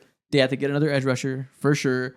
Get more depth in general across the roster. The injuries are fucking them because their depth isn't great. You do so many trading up in the draft, giving up multiple picks that eventually you kind of get a year like this where your depth isn't ready to deal with injuries that inevitably come with every single season. So they have to right that ship this summer, but they're close enough that you look at every other team that gets an F, they don't have a chance of being as good as the Lions could be next year. That specific statement is probably fair. I do think that, like, we'll just draft a center. You're replacing one of the best centers in the league, right? You're replacing one of these guys, and to have your entire offensive identity gone with 2 people when you're losing an all-pro like Ragnow, and you're losing potentially the coach of the year in Ben Johnson, or at least a guy who's going to be a finalist for that. Those two things really do leave you in this whirlwind of what do we do? How do we figure this out? This year clearly hasn't been that because, again, you are subbing out responsibilities for play calling. You have to really go back into the lab. This is a real low for this team that has standards, and even next year, Brian Branch having an Achilles injury is something that's going to carry over to next year and carry over to that defense. Your cornerback room, you play so much man coverage, and the fact that like your cornerback room also isn't one of like it's not like the Bronx. You don't have Pat Surtain and Terry Arnold hasn't worked out. That's what I'm saying. You are trying to play a specific style of defense, and you still are searching for the exact right pieces to go in there. I think that they are in a major identity crisis. I think that they should be an F. I just don't think it's identity crisis. I think they just need to make sure they have enough talent to execute their identity. And this year they didn't. In some ways that failed because of injuries and whatnot. They can get back though. And I think they're much closer than every other team will give an F. Then in the offseason, we can put them as a contender. If they make a couple moves, and we can say that, you've had an A of an offseason. I just don't think it's right for this team to. First, I'm not exactly giving them a grade. I can understand that. Yeah. I'm not exactly giving them a great grade here. Yeah. You gave them a D? No, I'm giving them an F. Okay. I gave them a D. They're my team. Yeah. Okay. I can understand that. I don't know if, I don't agree with them having to rewrite their entire or refine their identity and whatnot. I think it's just a simple talent injection that they need, and that just happens through the normal NFL draft route. So yeah, I think bad years of this happen. You get unlucky years, but as long as it's not a thing where we say you'll never be good again, I'm gonna say F. Yeah, but I can understand that. Who has the Bears? I do. Where's that A at? Get that A out. Get that A out for the Chicago Bears. Best case scenario. Ben Johnson has come into the city of Chicago. He is no longer the head coach. He is now the mayor. He has changed everything about this team, and for them to win, even though that they just lost this most recent game to the Niners in crunch time, they are clutch. They have won so many games down the stretch of these games. They figured out a way, even with the flawed roster, even when you're not having the most talented defense, you have an opportunistic defense. You have a defense that's able to create turnovers. You have a quarterback, a number 1 overall pick quarterback that you have been able to restore the reputation of after year 1 and change his game. And not in the sense of like the things that you like to do are different, but Caleb Williams took 68 sacks in year 1. And now we're looking at Caleb Williams and talking about him as one of the best sack evaders in the league. And you have allowed him and allowed his creativity to really be on Front Street. The Bears are going to win the NFC North. They had an opportunity. At one point they were the 1 seed in the NFC. This is as good of a season as you could have asked in year 1, when there was a lot of buzz right when Ben Johnson got there. And then there was kind of a pushback of like, hey, well, listen, understand it's going to take time. Like, you're going to have to build stuff. And Ben Johnson was like, yeah, we're going to have to build, but we're only building for 3 weeks. And then we're going to start winning games. Like, this is an A+ It'll take season. a month, dude. Yeah, this is an A+ season for them. Yeah, everything you said is dead on, and they don't even have like good injury luck either. Yeah. Every talented defense player they had in the secondary died by week 3, came back to life, died again, are kind of alive now in some instances, kind of gone forever. Like, it's truly been a mixed bag. And then, the defense is bad because of that. Winning in spite of that, and winning the toughest division in the sport potentially, or at least perceived to be that way before the season. I think the NFC West took that title. But winning one of the most difficult divisions with a bad defense, that's crazy. And doing this while starting out 0-2. Yeah. They started off against the 8 ball. And dealing with a lot of adversity along the way. Like, there's a ton of media attention that comes with the Caleb Williams stuff, that comes with the Ben Johnson stuff. Like, they could have folded under that pressure. And the fact they persevered this well and completely blocked it out and are peaking at the right time, like, even outside of the like tangible ways, A+ vibes. Yeah, absolutely. I agree. Like, this is easily has to be one of the top 3 again stories in the league in terms of just like feel good, while also seeing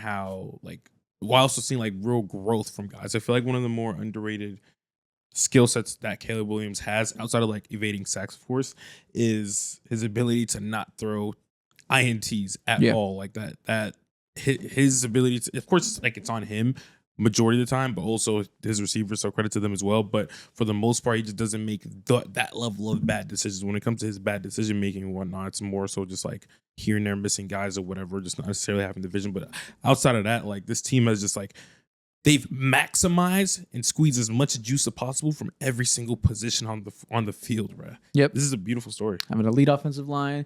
Ben Johnson saved DeAndre Swift from PR hell. It was looking like this might be his last year as a starter if he didn't go better than last year. Now he's been incredible. Monunga incredible. Yeah. Colson Levin's coming around. Luther Burden's coming around. The young picks are coming around all together. Dude, their weapons are real at this point in time. Their receiving core, throwing Loveland as well, are real, bro. I remember throughout the first 6 weeks or whatever, like he was just non-existent. They were not throwing him the ball at all. And so far at this point in time, a lot of their major receivers have like 600 yards roughly. Their weapons are great. Who has the Minnesota Vikings? I do. Oh man, Okay. oh man, oh man. So I'm kind of torn on this. I want to give them an F, but then I look up and I'm just like, oh shit, they're 500. They deserve an F because of they couldn't answer the biggest question, the end all be all. Like, who is your quarterback? Is your quarterback good enough right now? You have a receiver in his prime who's fighting for his life to get 1,000 yards, but that should never be the case for someone of that stature. You have a very good defense. Your defense is what's saving you. It's what's carrying you. And thankfully, you have a madman who's just like running shit, you know? That's why I want to give them like Put that C F up or and keep D. it moving. What are you talking about? I don't know if they like vehemently deserve an F though. They I won don't 14 know. games last year, and this isn't like the Lions where we say next year they can be fine potentially if they do Yeah. X, Y, and Z. JJ McCarthy is bad, and they put a lot of eggs in that basket. He might get good. He might just be bad. We've never seen him be good. We can assume because everyone knows you don't write off young quarterbacks too early. If there was ever going to be a young quarterback to write off, it would be JJ McCarthy. I don't know. The only thing that makes me feel like he's right off, I see him getting better and better. Like he looks better compared to the first game of the year or whatever and whatnot. But what's really scary is his ability to stay fucking healthy. It's not that it's he's not injury prone. He doesn't have a strong That's arm. the worst part. Doesn't have good footwork to be consistent as a playmaker. Doesn't see the field well. I don't have a lot of optimism around JJ McCarthy. You never say never with second-year quarterbacks, right? Exactly. He can get to being average. It's basically his first year. Yeah, you truly never know. I feel closest to knowing as I do of any young quarterback that's bad. Yeah. And then a lot of the other swing factors, the offensive line signings they did weren't great. The defensive line signings weren't amazing on the interior with the 2 defensive tackles they signed. The defense is still great because Brian Flores is a mastermind. That's always going to be there as long as you keep him. But you won 14 games last year. And you could have probably won that many again if you kept Sam Darnold. You made a choice that was understandable at the time. Did not work out well. We can grade you in the time and say we get it. It's on you to be able to be judged with the benefit of hindsight by us because this is your job to get results. And the benefit of hindsight says that was the most destructive decision of the offseason. This division was gettable.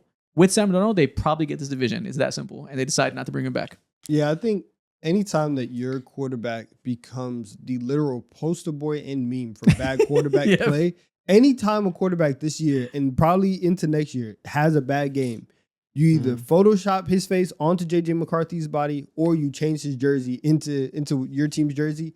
The moment that happens, it's over with. Yep. It's done. It's not as easy. And we're not coming up with every team and being like, quarterback sucks, F. Like, it's not as simple as that. Sometimes it is. This is the Sometimes biggest team for it that. is. Sometimes we can get real first takey with it and say the game is played between 2 quarterbacks. Can he outduel the other guy?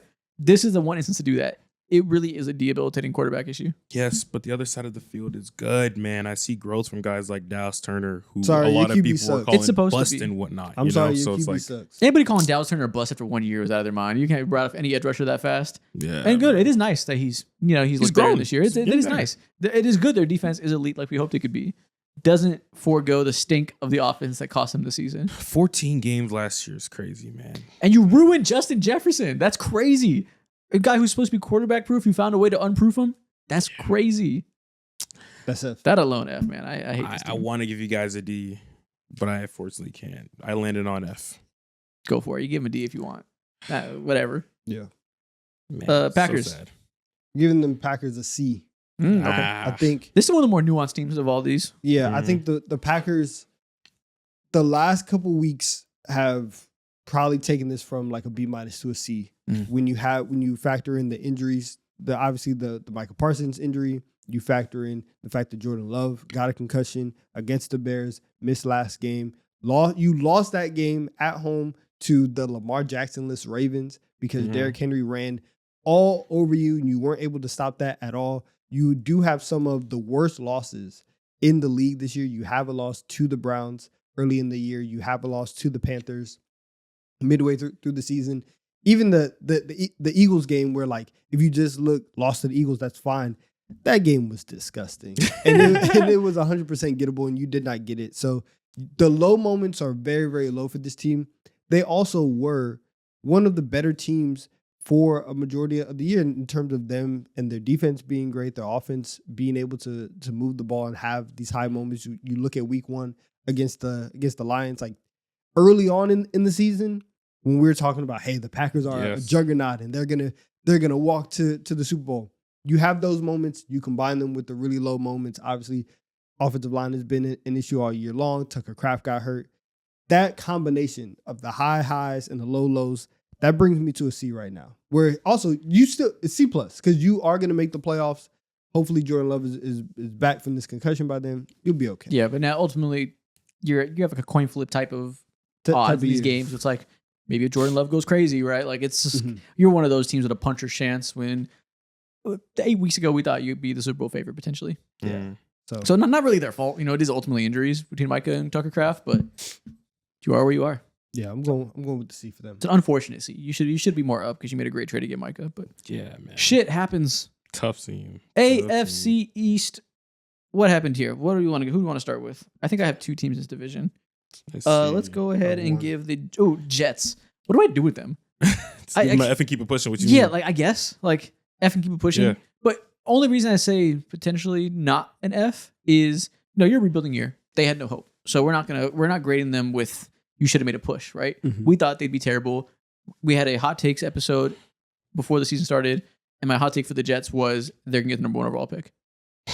I had no expectation of them being good. No expectation of them being good. Take. So, spoiler, they also were not good. I do think it was kind of wise to trade Sauce Gardner and trade Williams and get all those first round picks. That's a pretty good pivot midseason for a team that knows they're not good. You don't often see that type of rebuilding trade in the middle of a year. That was smart. I think giving Aaron Glenn another year and not being reactionary to the slow start is probably good. Let him have time to build some type of culture there, see if it works out. I want to applaud them a little bit for taking that route when a lot of people would say they should have fired Aaron Glenn because he hasn't shown anything. When you're this type of team, give him at least 2 years. I kind of applaud that a little bit. The trades move me. It would have moved me more if they would have traded Breece Hall too. Yeah, I don't know why they didn't trade Breece Hall. That's the only thing. I kind of feel like stacking those picks, getting 3 extra firsts, it's kind of amazing, actually. I kind of think D maybe for that. This is one of the most disgraceful teams in the league in a long time. This team sucks. They deserve an F. But they knew they would suck, and they traded away win-now veterans. That's smart. This team is disgusting. Yeah, it's disgusting, but it's planned disgusting. There was never a world in which we're not just grading the outcome. There was never a world in which they weren't going to be disgusting. You know how many games I had to see Justin Fields for 30 yards, bro? And they benched him. They didn't just say, we got to see this through. Wait, they know what they're seeing. Smart. They're 45-yard games. I didn't know that was possible coming into the league, bro. I didn't know it was possible at all. But he showed me it was possible. And now they're going to hopefully get their quarterback in the future, potentially in this draft, if they're lucky. Probably not, though, because they're Jets. They won't get lucky. But they have multiple first-round picks in the next 2 years. They have a vision. And that vision is tear it down and get good players eventually. Did they think it was going to be this bad, though, coming to No. No one. I mean, it's the NFL. Everybody wants to win. But, also, I'm sure because even with the talent, and I think part of the reason that they could stomach trading Sauce and trading Quinnen is because you had these talented homegrown guys and you brought in a defensive-minded head coach and your defense still wasn't great to start the year. And so it's all right, well, we're not gonna do one and done, which I will applaud you for that. Yeah, but if you have decent defensive players and your defense is not performing at all, I'll go F. Yeah, that's an F. Yeah, you got Armand Membu, who's a great draft pick. You have one of the better young tackle duos in the NFL with him and Fashanu. That's a legit building block there on that side of the ball. And defensively, you're listen, man, blank slate. Let's figure it out in this draft. Let's get going. For a rebuilding team, I'll give you D minus just because you're in the right direction. A lot of these bad teams just stay bad and hold on to their talent. Ew. You said for the Browns to get a D, you would have wanted to trade Myles Garrett. They traded their Myles Garrett. They traded 2 of them. And you are still. You give him an F still. You are still. He's consistent. Overly disgraceful. Yeah. To the league. Fair enough. Patriots A+.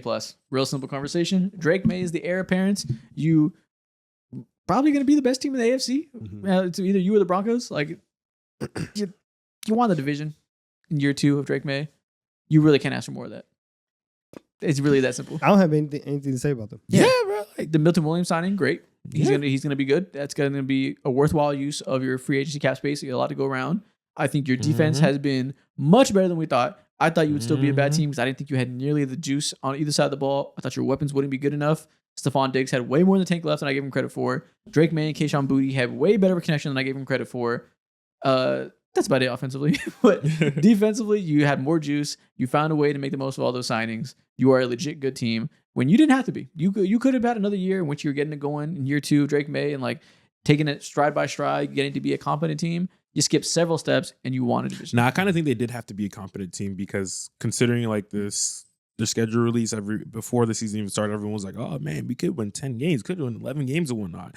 And I come up here saying, I don't know, they should be like 12-4. I gave out some prediction. Sure. I remember The Jets also had an easy schedule. Look at them. Like a lot of bad teams are bad with an easy schedule. But considering the unicorn that they have at quarterback, while also like spending the most money in free agency, investing in so many pockets and so many rooms, like this should happen, and they met expectations. But he also didn't have to be a year 2 unicorn. Like that's not been like it would have been understandable if he was good, not great right away, and they needed another year of being like an 8-win team because of the easy schedule. But nope, he's a unicorn.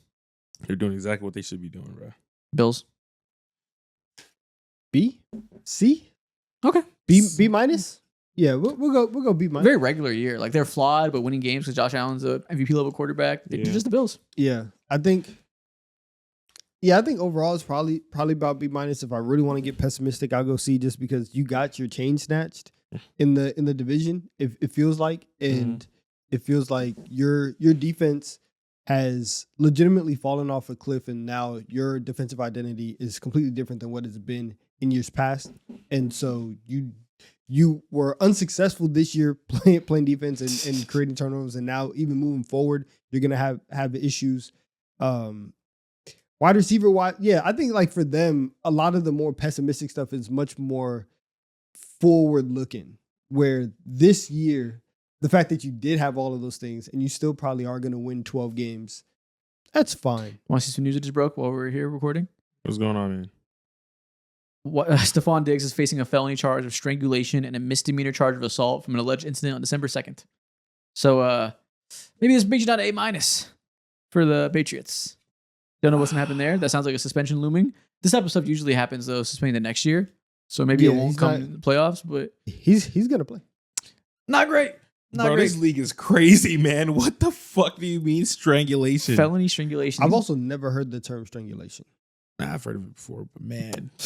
I have also heard the term strangulation. Yeah, but man, what? Yeah, what's up with the I was gonna say what's up with NFL players, but I know what's up. It's a violent sport. It's a violent people. It's mad, bro. Strangulation. Patriots. I was about to blaze him earlier too when you're like, yeah, you didn't give him enough credit when it comes to him being old and having the season that he was having. Never mind, bro. Fuck him. How about that? Never mind, bro. That's crazy. Oh yeah, but shout out the Bills just having a flawed roster that they're dragging as far as they can because of some offensive brilliance in the running game and Josh Allen. Yeah. And honestly, probably a C. The defense really sucks. Yeah. The defense really sucks. Anybody can run on him, and man. it is a big deal that they're not winning this division. You know, the Patriots had the 4th place schedule. They had an easy schedule. The Bills had a pretty easy schedule too, relative to every first place team. Very true. So I've seen so many people online. Anytime that you see a Bills highlight, it's from them playing at home, and everyone's always like, "Did they ever like leave the state? Like they feel like they have played like 15 home games." Yeah. That's so yeah, they're probably gonna see. Honestly, they're Patrick Mahomes and Lamar Jackson are neutered. You're still not really Super Bowl favorites. I mean, listen, they beat both of them. Yeah, but do you feel good about them winning the Super Bowl? Is what I'm saying. Now the other 2 guys are out of the finals. Out of the playoffs. Oh, I mean, no. So every year you have Josh Allen, you should feel good about that. I might not have felt that way. Even 6 weeks ago? That's what I'm saying. Like on the whole, we never felt like they were a tier 1 team when the other guys are gone. This should be your year to win. Fair. Give them a C. Yeah. Couldn't win at home this week either. Damn. Tough. Yeah. Had a play to win, couldn't do it. Tough. Josh sailed it. How you gonna beat Drake? Dolphins. Yeah, that's not me, thankfully. It's so weird to talk about them. Talk about nuance. Nuance, it doesn't matter though. You know what? I'm gonna give them a D. Okay. Yeah. There was a very, very clear moment where they could have been F and solidified their stance in F. However, they banded together. They got a couple wins. Yep. For like a month straight, every week they would lose. We would come up here. We would say, well, get ready to speak offensive coordinator McDaniel, and we were prepping for him to get fired. And the fact that he is still the coach, that they've been able to win games and be somewhat frisky and not just be the easiest lick in the league is fairly commendable. Now, do they have a lot of work to do to be competitive? Of course. They have so much that they have to fix. Tua is getting benched. We know, but I don't know if they know if Tua, the fact that Tua isn't the guy, or if they want to accept that. But I mean, they benched him. Like, I'm saying like going into like next year and like off season, whatever. Like if they're actually going to like get rid of him, they're gonna try. I guarantee. I hope they do. I don't know if they can. It's a bad deal, but they're gonna try. What does benching like mean at this point?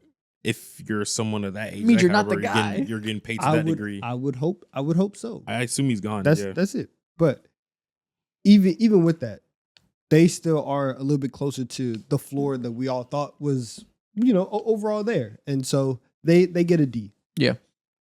Offense is a little good. They figured out offensively. Defensively is a whole another can of worms. They need multiple cornerback starters, multiple edge rushers after trading Jalen Phillips. Still have a good edge rushing room, but could use another one. Yeah. The linebacking room outside of the league's leading tackler leaves a little bit to be desired. Offensive line was not fixed this offseason. Leaves a little bit to be desired. You're gonna have to replace Tyreek Hill most likely. Shout out Darren Waller. He's 33. I don't know if he's gonna be around next year. Yeah. So is Quinn Ewers gonna be your quarterback? Is Malik Willis going to be your quarterback? I don't know. Like, to be determined. But, yeah, you're right. They did enough to duck the F allegations. Yeah. Next division, AFC South. I've been waiting for this division. Have you? Okay. Let's be more positive here. Way more positive. The Jacksonville Jaguars. Holy shit, man. Everyone will give you a resounding A. Yep. For so many reasons. Of course, we can start this conversation by talking about Trevor Lawrence and this, new ascension that he's made. A lot of people, as of late, conversations have been, we got to give these quarterbacks time and whatnot. Like, he could have been a Baker Mayfield or one. He could have been, add another one to that. He could have been a Sam Darnold. What the hell? Darnold and whatnot. Add another one to that. At this point in time, he's looking like a top 10 quarterback. Over the last few weeks, he's been like a top 7 quarterback, specifically. He's playing like an all-pro level for it's been like 6 weeks now since that run started with those bad teams he played and got right. Post-bye, there has not been more than 7 quarterbacks better than him this season. It's crazy. Yeah, exactly. That's crazy. I think what's so unforeseen for someone like me is seeing how their run defense specifically is number 1 in the goddamn NFL. Who the fuck seen this coming? Not me at all. That's the most I didn't see that coming. I didn't see Parker Washington being wide receiver 1 for them, at least consistently throughout the entire year. Kobe Myers came in and changed their broadcast live. Yes, exactly, bro. I didn't if you would have told me that they're 12-4 at this point in time, I'm like, wow, man, Travis Hunter's really one of them ones. He has nothing to do with that at all. I was like, damn, Brian Thomas Jr. must be Julio. Yeah. And the start of all this, biggest flowers in the world to Liam Cohen, bro. Yeah. Liam Cohen is everything that Ben Johnson is. Liam Cohen is just as great, just as much of a culture shifter. They started off the season a little rusty on offense because it was a complicated system to implement. They had a lot of issues getting the ball snapped on time, doing all the call outs. They had the most illegal motions in the NFL by far to start the season. Got it all ironed out. Trevor's comfortable. He looks the best he's ever looked. He looks a lot like Justin Herbert, the way he's using his legs to be mobile, creating these pass angles down the field, being accurate, being powerful with his arm. He looks incredible. He looks like a star. I don't know if that's going to maintain. We have a lot more time of him being mediocre than we do of him being this level. But if this is real and Liam Cohen saved Trevor Lawrence, the ceiling is unbelievable with the fact that you still have Travis Hunter waiting to come in next year and give them another level. Yeah, man. They're special. They are. I mean, it's an A for them. Yeah, it's obvious. Yeah. That's it. Who's next? You tell me. I have another team here, and this is the complete opposite story. The Colts, the Indianapolis Colts, man. To start out the year, before the game even started, we're all giving him an F because we're like, oh my God, you're decided to start Daniel Jones? Holy shit, homie fighting for his fucking life trying to keep his goddamn job. 4 weeks, 3 weeks into the season, oh my God, they're kind of cooking right now. What is going on with Jonathan Taylor? Time goes on, we're into week 5, 6, 7 and 1. I'm like, holy shit, this is a whole new renaissance. We've seen this before, but this is another outlier year that we're seeing from someone like Daniel Jones, who's just turned into a uber productive, valuable quarterback. and now everything has completely died, and now it's turned into a fucking F. Is it their fault? Absolutely not. Is it unfortunate? Yes, it is. It's an F. This is crazy whiplash. Like, to go from being so up, or to go from being so down to so up to even more down than you could possibly fathom because you traded 2 first-round picks for a cornerback when you thought you were going all in on a championship window. This is the most unfortunate year I could remember. Yeah. I feel so bad for their fans. Yeah, I'm going deep for them. They did have 10 weeks where they were legit. Yeah, and they still would be legit. Like, it's just injuries. Like, they weren't frauds. Maybe it was fraudulent that they're the best offense in the league. Maybe they would have came down a little bit and been a top 5 to 10 offense. the best offense in NFL history. Yeah, like that was obviously unsustainable to some degree. Daniel Jones was playing like Tom Brady for the first 5 weeks of the season. Even if he was a top 15 to 17 starter, and then they were a top 10 offense in the league with some defensive juice and could have won a playoff game, that still would have been a success. That very much was the floor pre-Daniel Jones injury and pre-offensive line injuries. And now you traded 2 first-round picks, and the quarterback isn't going to be there next year either. It's an unmitigated disaster. And when that trade happened, like, we all were like, it's a lot, but we love it because we all believe, or at least you specifically believe, that you have a chance to actually do. Yeah, we understood it. We understood it at the least. I don't know if you don't gotta love it. Either way, 2 first-round picks is a lot, but you can understand it if somebody wants to be aggressive and says, "We feel like we have a window now because we believe in Daniel Jones." Salute, I guess. Go for it. You know, like respect the gumption. Yeah, it's certainly not indefensible. It was a lot still, and you could argue against it, like, because again, 2 first-round picks for a corner is a lot, but at least we can understand. And now here we are, understanding the horrible downside they got. Yeah, I understand it clearly. Also, I will give them D. Now that I'm thinking about it, to even bolster, they get a D+, because if you are going to be bad, you have to be entertaining. And they said 44-year-old Phillip Rivers, why don't you come out here? And for 3 weeks, I've watched every Colts game. Like, this is the best product in the league right now. Like, I'm so tapped in with what Phillip Rivers is doing on a down-to-down basis. It's very entertaining. Yes, even off the field, bro. I love the speeches. I love the post-game speeches and shit, bro. It's a C. I'm very strange feeling as a Chargers fan watching him play there. I'm like, this is so weird. Houston Texans, B. Pretty standard. You were looking like F. You were 0-3. It was looking like a disaster. The Colts were running away with your division. You were looking horrible. Nick Kelly was looking like the worst offensive coordinator hire of this offseason. Your offensive line that we knew would be horrible looked even worse than we could have imagined. It looked like CJ Stroud had no opportunity to succeed to start the year because you were the worst offense in the NFL, and that was not an exaggeration. And now you're going to be in the playoffs. And now people are saying, that's my Super Bowl pick because their defense is so generational. And it's not ridiculous. It might be a little optimistic in the offense because they still have their issues. Hella optimistic. Extremely optimistic. They just beat the Chargers because they had 2 huge touchdowns in the first quarter where the Chargers had uncharacteristic blown assignments. After that, nothing but field goals. So the offense still isn't good. But when your defense is that talented and the AFC is so wide open, you have a chance to make a run. We really can't limit your ceiling with, just like I said, just how bad the AFC is as a whole. I'm not going to give you an A because you still are a bad offense and you still were in that hole for a reason. But solid B, solid turnaround after dealing with a hard start. B is extremely fair. I think anytime that, like, it's honestly very similar to the Chargers situation where you're playing with one of the worst offensive lines that we've seen in recent memory. And for that unit to get better, right? Obviously, they're still not great, but they are better than what they were when the season started. So you have improvement there, and you are finding ways to win with a backfield that is so pieced together. Trayvon Diggs released by the Cowboys. What? Now, he has been absolute dog shit this year, but this is still surprising at this time. Wow. Didn't even let him finish the season? That's for what? Yeah, I don't know. They just really hated him. So get out of my face. Yeah, fuck this guy. You can't get another check from us. Damn. Okay. Don't come into work this week, buddy. Wow. Okay, I'm sure we'll hear more about that. That's surprising to see right now. Fire on your off days are nuts, bro. It's hilarious. On a Tuesday. Honestly, for the NFL, that makes sense. Could you imagine, like, getting cut on game day? That'd be funny. That's the one day you work. Yeah. What were we saying? Oh, yeah, Texans B. Yeah. Solid. Last team, Titans. Can you hand me your stick? My F? Yeah. Double F. Double F. Can you hand me yours as well, please? Left hand throw. Ooh, nailed it. Look at that. Come on, man. A little Bo Nix on that throw, man. Smell of handle stuff. We're getting 3 Fs for the Tennessee Titans, and What are we, the Titans? and their season actually makes me want to apologize to the Cleveland Browns and the New York Jets. I said you guys were disgraceful. I said that the season was an embarrassment. The Tennessee Titans is actually the definition of a disgraceful and an embarrassing season.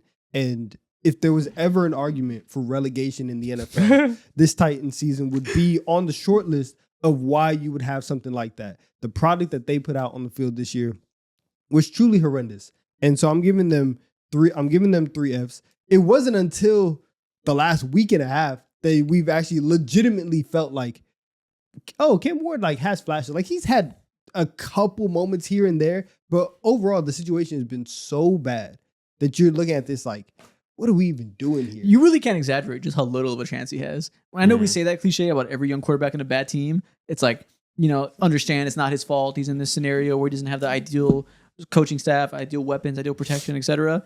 He has a bottom of the league in everything. Worst wide receiver core by a fucking mile, I think. Damn. Calvin Ridley was an absolute zero, then got hurt for the year. I don't even know who they're rolling at tight end right now. I can't even remember off the top of my head. Offensive line has been a disaster. Giving Dan Moore $20 million a year, it was heinous looking back. Their previous first-round pick isn't good either. Their offensive line needs 4 or 5 new starters. They need a new play caller, need a new head coach. It truly, you can't imagine a quarterback having less to work with. The season started with his dad literally falling out of his seat. Just can't comprehend why these people can't catch the ball. We get to the middle of the season. Your head coach, who's one of the worst head coaches that we've seen over the last 10 years, you have to fire him. And now the second half of the year, all of this happens. And we joked about it a couple weeks ago. All of this happens, and they're still not even going to get the number 1 pick because they've won just enough games to where they're not going to be at the top of the draft like that. It's a failure of a season. It's nasty. Last division, NFC South. Also a nasty division to wrap it up with. I feel like we always say them for last. Ew. This division sucks. Yeah. Buccaneers. Giving you a smooth D. Oh, no. This is F. It's F. I'm saving F for true unmitigated disasters, like I said, and they still could win the division. This is a disaster. You're right. I It agree. is close. It is close. Todd Bowles is going to be fired. They were 6-2. They have collapsed down the stretch. They have mad injuries. Fuck it, F. You have going into next year, this is another team that has to completely retool everything that they are doing. This is an F of a season for the Bucs. Yeah, they're 1-8 since their bye week. Their defense is willing to be ran up on and ran through on a consistent basis. And on top of that, too, the only thing that we really had to hang our hat on is like Mike Evans 1K. That ain't even happening no more. Yeah, I think It's over defensively, like you said, defensive head coach, the fact that you're this sorry, unfortunate. Especially because I think you drafted some young corners I like a lot. I think Parrish and why am I blanking on Benjamin Morrison? I think that's like some promising young corners that could be good. The fact that you've had like 15 years of Levante David being one of the best coverage linebackers of all time, and now your fatal flaw defensively is you have 0 good coverage linebackers that can defend a running back out the backfield to save their fucking lives. Cruel irony. They need a whole new linebacking core. Levante is time to retire. Appreciate you. You are a franchise legend. Father Time has won. They needed to figure that out this offseason. Offensively, man, the Baker Mayfield insanity run was fun. I'm glad everybody enjoyed it when he was getting all these blown touchdowns out of, blown coverage touchdowns to Emeka Egbuka to win games. It was glorious. He looks like the mid-tier quarterback that we thought he was before the offseason. That guy's come back to play even worse, honestly. He's been playing worse than mid-tier for a lot of the season. Granted, injuries to the offensive line that's supposed to be a strength have been a thing. The wide receivers all have been banged up. Bucky Irving missed a lot of the season. So it's not entirely on Baker Mayfield. But anybody who thought he was a top 10 quarterback, he's made it pretty clear why he's not. He's not a floor raiser in that regard. He will be prone to big mistakes. He isn't consistent because of the lack of ability to navigate the pocket under pressure. He's just a very fidgety quarterback in the pocket that has his strengths because he can push the ball down the field and make these big plays, but gives back a lot of value that makes him a nice middle tier average, slightly above average starter. Yeah. And you know what? He's up for a payday pretty soon, and I don't think that's an easy decision. Oh, I mean, he's gonna get it. Sure, but to what degree? He'll want like every quarterback that gets paid. It's either you get nothing or you get $60 million. It feels like he should not get $60 million, but they should get paid. They should keep him. But that might be contentious. I think it's gonna be easy conversation. He's getting his. 'Cause It won't. No, he'll what get else are they paid, doing? but it won't be Yeah. an easy conversation because they're not going to want to give him the high-end quarterback money, and he'll say, "I've earned that." So, is he going to want $30 million a year? No, fuck no, he won't. Should they give him that? Probably. Listen, you give Baker his $50 million, and you keep it moving. If you give Baker your $50 million, you're not going to have a good roster unless you draft like gods, which they have. Jason Light's a great GM. Hmm. Baker Mayfield at $50 million is not a value contract at all. No, it's not. No, it's not. It's not a bargain. But kinda just what you have to do. we're talking about a guy who is anywhere from 10 to 13 on, and 10 is like On his on best a day, good day. yeah. He's never been 10. On his good day. Hmm. That's $50 million in this league. So He's like never- it's right there on the line. He's never of- actually of been in value. conversation for 10 though. That's been like the talking point because he has his strengths and his strengths are very flashy. He's not Jordan Love is like the 10th best quarterback in the league. Jordan Love is so much better than Baker Mayfield. Like I know what you're saying. He is still like, he's not There's a a gap huge between distance, them, yeah. but there's a big gap there in value to me that he has a lot more volatility in his game that makes so he isn't worth what him or maybe even Jared Goff, who's safer. Actually, no. I don't know how I feel about Jared Goff, so I'm not going to throw him in there. But like Dak, Jordan Love, whoever else you think It's a about big in gap. that range, Yeah. there's a difference there in quality. Yeah. I agree Either with way, that. That's the price of the brick. So And that's the you- problem. You have to pay it. That's why you got a D, because that's an issue. So yeah. Another issue that I have is with the Carolina Panthers. Last year they were like 4-12. This year they've been hovering around 500. They've been easily by far like the literal definition of inconsistent. But that's much better than what they were last year. I remember we had a specific They were consistent talking last point. year. They were consistent. Oh yeah, they were consistent. Yeah, consistently Consistent, ass but- for sure. Last year, I remember we talked about how, or not last year, sorry, this offseason, we were talking about how, yo, Bo, this. Wait, what's funny? I don't know. I don't know why the way you just said it was just funny to me. You guys talked about how ass their run defense was. Terrible. They gave up like 3,000 fucking yards, bruh. Wait, Terrible. it was 3,000 last year? 3,000 yards last year. They were, bro. It was a big gap too when it comes to how ass they were. Fucking cheeks. It's like a 400-yard gap, or maybe 600-yard gap. It's terrible. Shit was crack. It's not that. It's not good this year, but it's not as bad as last year. It's not by far the And for worst. that reason, Derek Brown is the most underrated defensive player in the NFL. He might be the easily. best DT in the league this year. Yeah. He is a godsend to that run defense. So yeah, I mean, they might win the division. It's coming down to the last week. I don't think- know what that means though. You know what's complicated for us? Yeah. We thought this could happen. We were relatively high on them. And then, like you said, they're so inconsistent that by week 4, we were like, fuck, they proved us wrong. They suck again. We were too high on them. We sound stupid for praising Bryce Young so much in the offseason like we did, praising Dave Canales, praising the defensive players they brought in through the draft and free agency. We were high on them. And then we were low on them because they told us we look stupid. Yes. And now they're back to being about what we thought they could be in contention to win Yeah. the division. So we just aren't allowed to have an opinion on this because we switched up so many times. Well, so what this means is that overall their season has been insanely up and down. They are mid-team, right? Yes. 8-8 right now. They should deserve they should get a C. I don't think we However, can. Yeah. week 18 you have a chance to win the division. You go ahead, you get that B. If they do it, then yes, okay. I can Either give way. them a B. Either way, you're in position. You're in position, and it probably is going to happen because even if they lose, the Falcons also have to lose as well for them not to win the division. It's a good bet. Yeah, so either way, you turned your team around after being a disaster for 2 years. Bryce Young has earned another year of being a starter, which was a question mark around the league, especially midway through point this season. Those bad games were bad. There's times where when he looks at his worst, he does not look like a starter. But there's been a lot of games the second half of the season where he is firing. He looks like the idealized version of Bryce Young, who can be accurate, who can read the field quickly and make decisive decisions. That alone, him earning a year, gets you to B. Yeah. I guess so. It's so hard to fathom how They are mid. this team can go ahead and beat a healthy Packers team. They could beat a healthy LA Rams and then turn around and lose to the Saints back to back. Because they're inconsistent and they're mid. That's why Who they're does not there. that? Who does that? Hey, it's not their fault they got shucked. I Who has the guess. Saints? What are we giving them? Tyler Shuck emerging as their franchise quarterback potentially. Kelvin Banks on the D? D? What? No. they- They're rebuilding. Could They have they- a franchise left tackle and they have a starting Because they quarterback. should have played Tyler Shuck earlier. Tyler Shuck is hooping. is. Tyler Shuck is Dude, out he is here. good. We Yeah. were having a conversation in the group chat earlier this week where we're like, hey, right now, like Tyler Shuck is better than Cam Ward right now. Oh, easily. I mean, he's 26, but easily. Yeah, I mean, yeah, but, like, but for those rookies to come in and like the Saints legitimately have something where like I really don't care about what the ceiling of Tyler Shuck is right now. But for a team that is rebuilding, that just got a brand new head coach, starting out with a good quarterback and left tackle combination is awesome. Now, is the interior of that offensive line still a massive issue? Of course, right? Do we still have to rebuild out everything else?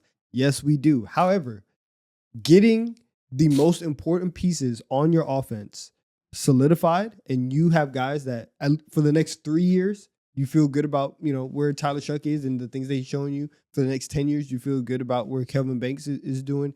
Kellen Moore seems to be doing a good job. I'm giving them a D. I'm giving them a B or an A. You pick. Yeah. They have a quarterback I feel good about that they got outside the first round. Mm-hmm. I'll go B. I don't know if the ceiling is like crazy high on Shuck, but he's good though. Sure, I don't even care. Mm-hmm. I'm giving them a B or an A when I'm thinking about what you need from a rebuilding team. You already had an elite center who's one of the best in the league. Now you have an elite left tackle. Chris Olave is having a very good year. You have a wide receiver 1. You have a quarterback who you got in the second round and looks like he can be a starter for the next 4 years. I don't know how high the ceiling is as a 26-year-old. If he's this good, he's already playing like an average to slightly above average starter, slinging around 300-yard games every now and then. And you have Kellen Moore, who's clearly a good offensive mind that I think you're trending in the right direction in his first year. That checks enough boxes for me that obviously they need to have a great draft and get on track to eventually being a good team. It takes more than one good offseason. But for what you want in the first year of a real rebuild, I think they're doing everything you want. Yeah, this like in terms of if we were to tier list all the rebuilds and how they're going and how the process has been, we're putting the Saints like at the top of that list, very top of that list. They can win the division next year if they have a good offseason. Now, granted, it's a terrible division. Much, yeah. See, sucks. So you two can win 7 games, but they can have a good division next year for sure. That's very true. Yeah, that is very true, though. Now, granted, we need to get some edge rushing help in here. I mean, Cameron Jordan, we salute. I think he's retiring after this year. So we need to get some DBs. We need to get a lot still on the defensive side of the ball, but they don't have nothing. I think they could do very, very well. When we do this offseason prediction cycle, depending on what the draft looks like, they will be a very popular team for people saying, get ready for this 1 year turnaround. Yeah. Mm-hmm. Yeah. Falcons, last team of this episode, last team of the year. What are we grading them? I have them, and I graded them at I wanted to give them an F, but I gave them a D. Okay. Their defense is good. Xavier Watts is a fantastic rookie. Their edge duos, they're rookies as well. They're very productive. Yep. Pearson Walker looks like they're hits. Yes, exactly. I agree. And then Bijan Robinson's feels like he's having one of the more under talked about running back seasons in a long time. He has I think slightly over 2,000 scrimmage yards, 800 receiving yards, and 1,400 rushing yards as well. Like, this team is good, but they're bad because they have terrible coaches all around, and they don't have a fucking quarterback, and they made one of the most asinine decisions for a 3-4 month span when it comes to what they did with Kirk Cousins, and then deciding to double down and draft Michael Penix too. That whole situation, their brain trust on that was just wildly off. But they have a solid infrastructure, bare minimum. Raheem Morris needs to be fired, and obviously got to figure out the quarterback situation with Penix being injured and Kirk being ancient. Kirk's playing well though. A lot of people were saying that if Kirk would have started all year, they might have won this division, and that's not ridiculous. It's not crazy. Granted, you had to start Michael Penix. You benched Kirk last year. You had to see what you had in him. So, not really a hindsight thing that I'm blaming them for. Mm-hmm. But they're not far away. They have they have the structure of a good team here that they're not going to be one of the worst teams in the league next year, assuming they have a decent quarterback behind the center. So I'm with you. As long as they fire Raheem Morris. If they don't fire him, F. Yeah. But that's the thing with the Falcons, that they're never going to be one of the worst teams in the league. Yeah. Mm-hmm. They're just going to be right there. And they don't have a top 10 pick. 5 and 12. Oh my God. I forget about that. Which is tough. Walker and Pierce, we'll focus on Pierce specifically. He's good. And I think that's probably going to be a hit of a draft pick. Is it going to be worth the opportunity cost of costing them an extra pick that became a top 10 pick potentially? I don't know. But if they win next week, it won't be a top 10 pick. Okay, you better hope you win and make it feel a little less worse. But either way, you won't have a first round pick in this draft. And I guess if Pierce is that good, it'll be fine. But it still stings a little bit. Right now, that is the 12th overall pick. Okay. Listen, we can get to 8 wins and get into very mid-round. Get that win again, get that pick to 14 or whatever. Yeah. We can feel better about that. We can feel good. You still get multiple picks for Pierce, so he still has to have some more leaps in him, but so be it. Facts. And that is our grade for every single team's NFL 2025 season. We are here. We're done with that part of the show. Let's have some fun. Donovan's got his big hat on. Woo. His neck's hurting. Let's get to it. Let's hurry up. Welcome back to the second half of the show. It's time for us to have some TikTok time. It's time for us to have some fun. We're going to start off today with the guessing game. We are going to guess NFL teams by their Instagram followers. Okay. Mo has prepared for us a list of teams diagrammed on a field based on how many followers each player has. Me and Donovan have to guess the team we're looking at. Yes, and it's by the usual format. We have offenses and we have defenses, and these are players in their individual follower counts. Yes. So let's see who the most famous players are on these teams. Okay, so first team, you got your wide receiver 1. I think that's 1.5 million followers. Ooh. Running back 88K, tight end 120K. Tight end 175K is a lot. Yeah. I don't know what's a lot for NFL teams. I'm thinking about it. But Is 175,000 for a tight end. yeah, you're known. You're known for sure. Yeah. 1.5 mil for the wide receiver 1. So that's got to be one of the more famous players in the league. I'm thinking like a Jamar Chase. Actually, does Justin Jefferson have like 4 million followers, you think?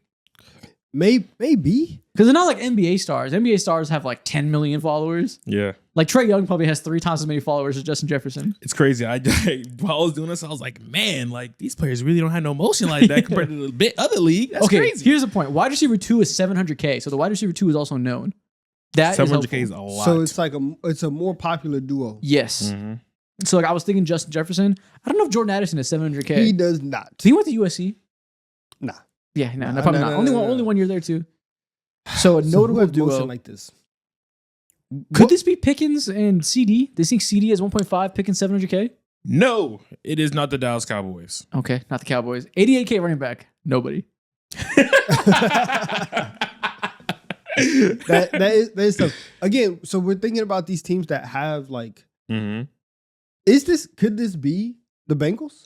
This is the Cincinnati Oh, Bengals. okay. You are correct. Okay, we're close. We're sniffing around the wide receiver duos with two Yes. famous stars. That is Jamar Chase, T. Higgins.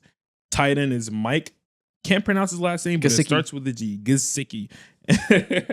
And then that's Chase Brown right there. They're nobody. Okay. Okay. Shout out Chase Brown. Yep. We'll get So, there. listen, you know my internet. It's Yeah. fine. It was a Okay, little so bit this off. is the basis then. Then Jamar Chase, one of the most famous wide receivers, at 1.5. That's helpful. That's helpful information. T. Higgins, Yes. 700K. Hey That's man, we helpful. gotta start playing 7-on-7. We gotta start seeing their faces. This is 1.5 is low. That is very Yeah. low. Okay. Who is this team? He's unknown ass offensive line. Houston Texans. No, it is not. the Houston 9K, Texans. 600K wide receiver 3. The left tackle's known though. Man, is this the Chargers? Let me double check this because there's a lot of teams here. You made the list? Yeah, I made the list. This is not the Chargers. Nope. Okay, but this is interesting because wide receiver 1 has less followers than 2 and 3. So wide receiver 3 is old and washed, is what we're hearing. yes. Mm-hmm. To be at 600K still. So who's an old receiver? It's not Cooper Kupp, is it? It says in the Seahawks, is it? No, Jason is more than that. Woo-hoo. What's your guess? Is this the Seahawks? You're getting really warm, but it's not the Seahawks. It's not the Seahawks. Not the Seahawks. You're getting warm now. Seahawks. Okay. I'm warm with the Seahawks. 200K left tackle. Is this the 49ers? No, not the 49ers. Oh, I thought maybe like Trent Williams. The 200K left tackle threw me off. He is known. Especially because the rest of that offensive line is basically is regular offensive line Yeah, stuff. it's just dudes. 9K. He don't got internet. 9K. 9K is crazy. Who the fuck has 9K? It's got to be like a free agent, unrestricted free agent. Who are these washed We're wide not receiver drafted. 3 those? I thought Keenan Allen. That's why I said the Chargers. Mhm. Not him. Is this It's not Cooper Kupp. This like the Bears or something? This is not the Bears. No. We are getting embarrassed right now. We have to. Okay, a wide receiver 3 that has motion should be knowable. Mm-hmm. I was actually shocked. Actually, no. Wait, it's not. shocked. Now he could. Is this the Buccaneers? No. Okay, I not was like, the are you putting Mike Buccaneers. Evans at wide receiver 3? No, not the Buccaneers. Okay. 624 means like he could have motion, but Mhm. he could also just be. Could be college motion. That's what I'm saying. He could just be famous. This is the Jacksonville Jaguars. No, you're mad close. You're close. I like where you're thinking. So he might be like a meme or something. He's a meme. Who are these meme wide receiver threes? Who are these meme wide receivers? He is the meme wide receiver right now. The meme? Been the meme over the last month specifically, yes. Really, this is Keon Coleman and the Buffalo Bills. You are correct. This is. He has 600K? Yes, he does, bro. He has a presence. He was mad famous. The Buffalo City was fucking with the cookies as a rookie. They all followed him. He took the city by storm. Deion Dawkins, 200K. That makes sense. I knew it had to be a famous tackle. That makes total sense. Yeah. And then you got David Edwards, 9.2K. That's crazy. Brandon Cooks, man, just got there. Cheater. Hey, man. He was on Brandon the team. Cooks. Argue with the ESPN depth chart, not me. I did not think Keon Coleman had 600K, but the Bills have a dedicated fan base that follows their players. That makes total sense. Khalil Shakir has less motion than Deion Dawkins. No, Deion Dawkins has crazy No, motion. I know. That's the swaggiest left tackle in the league. That's funny as hell. Okay. Who is this team? You got the Quarterbacks are QB. crazy. 2.7 million QB. You're famous. And 300. This whole team. Mm-hmm. This is a very clear 1-2-3 in terms of quarterback, wide receiver 1, and running back. Yeah, it goes to what you would think. Yes. But wide receiver 2 that nobody knows. That's good information. Yes, it is. Which means that you really have a star. Yeah, you have a star at wide receiver. Tight end's a nobody, though. Tight end's not famous, so it's not the Chiefs. No. It's probably not the Ravens. I think Derrick Henry probably has more than 300K. And I don't think Zay Flowers I would has assume that. I'm not I sure. doubt Zay Flowers has 600K. Yeah, he's not doubling up Derrick Henry. That'd be crazy. No, that's insane. Yeah, I like the math that you guys are using right now. Okay, left tackle gives us absolutely nothing, but it's not a superstar. Mm-hmm. We already got the Brown. We already got the Joe Burrow out the way. It's not the Bengals. 2.7 though. That's pretty popular. That's a lot, man. It's not Justin Herbert. There's no way Amari Hampton is 300K already. No. 0 chance. So okay, with the best course of action, then to start thinking about the best running backs, then because I do feel like 300 is probably up there for running backs. 2.7 is a lot though. It's not Caleb Williams. It's not the Bears. No, it's not the Bears. It's not the Cowboys. It's not the Packers. Javonte does not have 300K. It could be the Packers. No, 600K. It's not happening. It's not happening for Matthew Golden or whoever. You really have to be better. Yeah, like, you have to be a good established wide receiver 1 in the league in order to do this. Wide receiver 2. It's not like 2.7 would be. There's no way in hell that Kirk Cousins has. I was gonna say, is this the Falcons? Fuck no. That's what I was thinking too. I was thinking Drake London. Yeah. I was like, is this the But Falcons? there's no way. There's no way because Bijan would have motion. 300K makes sense for Bijan. No, he has that Texas push. Oh, you're right. The Texas push. He has a mill. Okay, that makes total sense. You're right. Okay, so, who's about half as famous as Bijan Robinson? Is this Baker Mayfield in the Bucks? This is not Baker Mayfield in the Bucks. Not at all. Not Jordan Love. It's not the Commanders. No, They are in the AFC. It's an AFC team. Okay, that's helpful. It's AFC. not Bobert. Can't be Bobert. Can't be Bobert. 2.7 Yes. mil would be crazy. No, it's not. Hell no, it's not. In the AFC, this game is hard. Yeah. Okay. I don't think Drake May already has 2.7, or does he? Is it the Patriots? This is not the Patriots. Okay. Yeah, you're right. They don't have a 300K. All right, running let's back. lock in. Let's lock Think in. about Let's the lock in. super clouded QBs. I think the wide receiver 1 number is throwing you guys off. Is this he's not, the Miami Dolphins? No. Okay, 2 no. might have a lot of followers. Alabama, you know? I can understand, but you're on the 2.7. line thinking when it comes to Alabama in general. Alabama in general. Think about Alabama wide receiver 1s. Alabama wide receiver 1s. Mm-hmm. So there's really is this the Browns? This is the Browns. Oh, Shador. This is the Cleveland Browns. Yeah. Okay, that makes sense. We should have known. Yeah. Wait, is my watch face right? It is. I got the AP on the watch face. Put it up. You got the diamonds picture. Okay, yeah. Jerry Judy definitely threw me the fuck off. Yeah, I was surprised. I was like, wait, what? I'm like, where did you go to school? I'm like, Hailed fan in 34K. Not going to a Power Fairs. 5 does that to you. Fairs. Not going to a big school does that to you. Fairs. Okay. Who is this team? Quarterback has 27K. Tyler Shuck, it's the Saints. No, it's not the same. Brother, tight end has $8 million. Oh, this is the Chiefs. This is the team. I didn't see the title. $8 million. Hey, Jawan Johnson. He's got a little bit of motion right now. Taysom Hill. Stop. God forbid a white book get a little bit of motion. Yo, the Chiefs stimulus is crazy. Why does Hollywood Brown have 1 million followers? I was shocked. I was like, oh my God, bro. He's been in the league for a while. Yeah, I guess Oklahoma fans, they roll hard. Oh man, that's Is 8 mil the most out of like a skill position? Yes. so far, yeah. Yes, of Right course now. it is. Yeah, he has an insane push, especially these last few years. Is 8 it, mil is is it more than? He's not. Bro, he dates Taylor Swift. No, I'm saying like even for like a quarterback standard. Yes. That's insane. Is It's he, one of is he the most highest in the in the NFL? league. It's got to be up there. Certainly got to be with the Taylor Swift push. Maybe Yeah, Mahomes. that's what I'm saying. Like I feel like he's. I know he's top 3. I don't know if he's number 1 though. I would assume so. I don't know what number one, but yeah. Who is this team? This time it's a defense. 800K corner. Sauce Gardner is the Colts. Ooh, no, this is not the damn it. Colts. We were looking at wide receiver 3s trying to figure it out. Do you think I know what a DN is on Instagram? I have no clue. Okay, a famous defensive tackle and a famous cornerback 1. 350K from a DT. To be a DT with that much motion, you got to be sick. You got to be dope. Is that Chris Jones?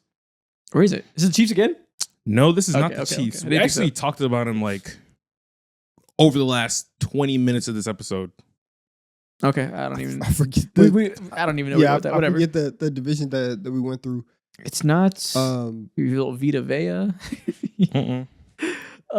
you say Seahawks already? I did not. No. Is that Leonard? No. No. Byron Murphy went to Texas. Probably has more than 60K. Not the Texans. 800K cornerback. Start there. Famous corners. It's not the Broncos. I don't think Sack Allen has 350K followers. Yeah. So it's not Sertan.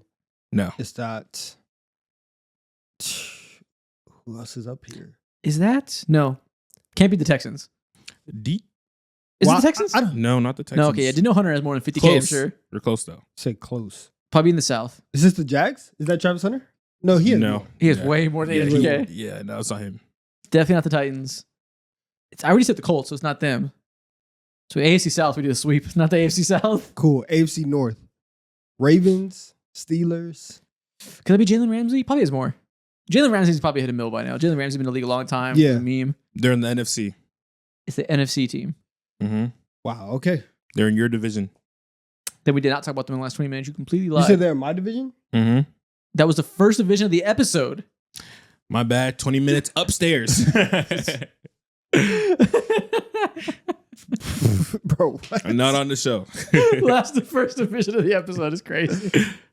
Okay, is this the Cowboys? You're correct. This Yep. is the Cowboys. Okay, yep. That's Mr. Jobless now. That's Diggs at 800K. I would have thought 356K would have stood out.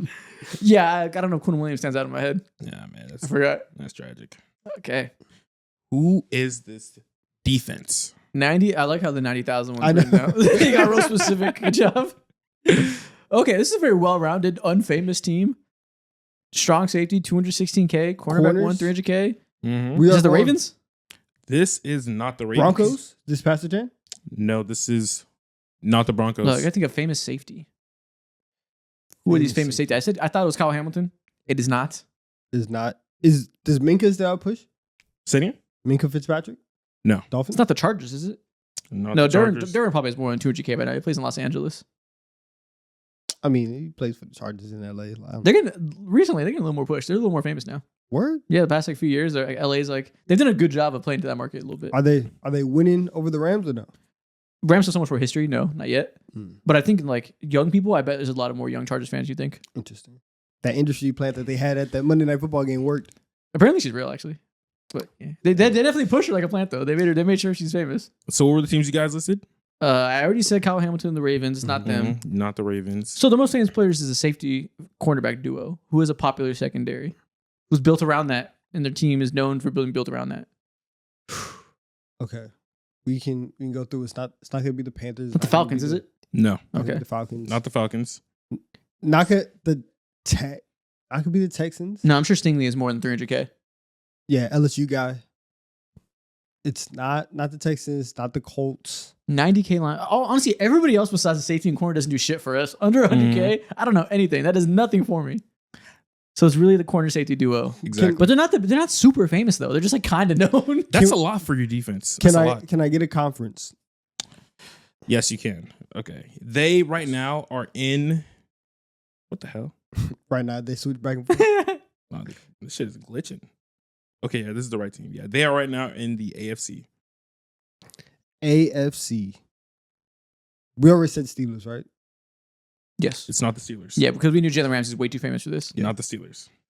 All right, AFC. Who are these famous safeties? AFC West would be. It's not. It for sure is not the Raiders. If anybody on the Raiders has more than 5K followers, that's a shame. One of these guys talk a lot, man. One of these guys talk a lot. Probably the quarterback be talking. It's probably the corner. That's what they do. Yeah. That's what they do. No one blabbermouths. It's not the Broncos, not the Chiefs. I'm going to pull this out again. Is it Sauce Gardner and the Colts? No, Damn it. not Sauce. Oh, it's not Stingley. It's not Surtain. Oh, wait. You said Sertan? This is the Broncos. This is the Broncos. He said the Broncos mad long ago. Okay, there we go. That was like my first That guess. was his first guess. That was my first guess was the Broncos and Pastor Tan. You are not locked Wow, in. no, I asked you guys like what teams you guys said, and you listed them off. I didn't hear The Broncos. first thing you said was just the Broncos. That's hilarious, bro. I didn't hear you say the We're Broncos. sitting here forever. I didn't hear you. That's why I was like, repeat the teams. Gosh. Bro, lock in. What defense is this? 1.2 mil D end. Is this Myles Garrett? It's a layup. Oh no, is this TJ Watt and the Steelers? No, it was a layup. You got it right the first time. Oh, it's Myles Garrett Yes. and the Browns. Okay. It's a layup. You got it. There we go. You are so unserious. It's bothering me. What's going on right now? Okay.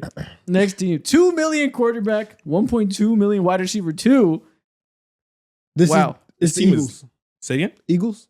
Yes, it is the Eagles. Okay, that's You know an your easy team. one. You sniff this. Come on now. Insane clout. Devontae, more followers than AJ Brown. He's the alpha in the locker room, huh? Where did AJ Brown go to school? Oh, Ole Miss. Makes sense. The And then- Alabama connection. Yeah. Yeah. Yeah, Bears. does it for you. Same thing with Hurts. Okay, Bears. that's an easy one. Dude, their line is so ridiculously clouded. Yeah, they're well known. Good Like, lord. God damn, 400K? Shit. Yeah, 400K for Lynch. That's 17 years in the league for you. Who is this team? 2K center. Oh my god. But it's very, 2K center. very popular on the Fairs outside. checks out. 2K center. We're going with the Detroit Lions here. No. Good guess, though. Goff has to have more than 300K. 300K is not a lot for a quarterback. Is this Cam Ward? No, not Cam Ward. Okay. No, 800K wide receiver 2. That guy's known. That guy's been in the league a while. Mm-hmm. Oh, wait a minute. Mm-hmm. Wait a minute. No. So you might Is this ask. Dolphins? Is that Quinn Ewers I said? No, not Dolphins. Not Okay. Dolphins. Damn it. 300K, like that has to be. That's not a full-time starter, or it's a new starter, I think. New starter. It's gotta be. Yeah. You gotta be kind of young. Like if you've been around for a while, you're gonna have more than 300K followers. That's fair. But Or is it backup? Might be a trick. He's not a backup. So no tricks here. this No is tricks here. like the week, like when you think about this team and this quarterback, that is like their starter that people would think about. Yes, 100%. Okay. 100%. Okay. Yeah. Okay, so it's a pretty well-known wide receiver duo. Let's start there. 800K for the wide receiver 2, 500K for wide receiver 1. The wide receiver 1's probably younger. Probably came around. You are on the money. And snatch the chain. Yeah. You're getting really warm right now. It's not the Buccaneers, is it? You didn't No. really snatch a chain. Yeah. No, not the Bucks. So it's a newer Oh, wide he's receiver just- 1, he's just better. older wide receiver 2 that's had some time to accumulate followers. Yeah, exactly. He had his time in the league. I'm not thinking about the Jets, maybe. No, not the Jets. I was Not going to say the Jets. Bears, but Caleb definitely has more than 300K. Mhm. I was thinking DJ Moore, wide receiver 2, and Rome, wide receiver 1. But Caleb clearly has a mil. Yeah. There's no way that like Keyshawn Booty has I'm sure Jake Has Daniels six- has a mil. 600K. It's not the Commanders, is it? Not the Commanders. Yeah, he has to have a Nope, mil. Nope. It can't be that clouded of a quarterback. That's what's fucking me up. It's not. Yeah, you're right. It's not a super clouded quarterback. No one really. But this is weird because who's having two like star receivers? And not a famous quarterback. Yeah. This might be easy and we're blanking. So best wide receiver duos, it's not Matthew Stafford. It's not Dak Prescott. It's not the Eagles. He's probably not including Travis Hunter, but I'm sure Trevor Lawrence. If you're a number 1 overall pick, you have a mil. So it's not Trevor Lawrence. Have to. Other top wide receiver duos. this quarterback has been on multiple teams. But on multiple teams, Mm-hmm. he's mid. I don't think people will call him mid this year though. He's good this year. He's cooking. Mm-hmm. Wow. Wait. Getting mad warm. Is this the Seattle Seahawks? Yes. Okay. That makes complete sense. wide receiver 1, Cooper Kupp has all those years to accumulate followers. Wide receiver Yep. 2. Shout out to Jalen Sundell, man. Had to deduce that. Okay. I like that format. Okay, who Man. is this defense? What the fuck am I looking at? The Cincinnati Bengals. It's not the Bengals. Raiders. No. Keep going though. You're gonna be mad. I don't close. want to. Titans. Yes. I knew the answer. I didn't want to say it. 5K followers. Ah, man. That's crazy. This is spooky. I went to a city they didn't know you. That's crazy. Wait, where did that come from? 2 million wide receiver 1, Justin Jefferson. This is the Vikings. Ooh, you are correct. This is Justin Jefferson. 600K followers. That's a perfect amount for 9. Getting those Michigan followers. Early first round pick followers. 2 mils. 600K people pissed. Yeah. 2 mils ridiculous. People don't know him like that. I'm surprised he doesn't have 3. That's it. You guys did really well. That's the last one. Next thing we are going to do. I'm going to show you 2 NFL players' stat lines from this year through 17 weeks. You tell me who's better, just by the stats. Okay. Let's do it. First off, which one of these players is better, do you think? You know what I went by last time? What'd you do? Who has last more time? fantasy points? Give me Oh the my God. right side. I need to win my league. He has 5 more fantasy points. I had a down year. That's the difference between QB1 and QB3. Give me QB1. Are these current? Yes, it's all this season. Ooh, okay. So you're picking the guy that has... Really, the only reason he has more fantasy points is because he threw 5 less picks. Damn, man. Look at that. Ball security. Love to see it.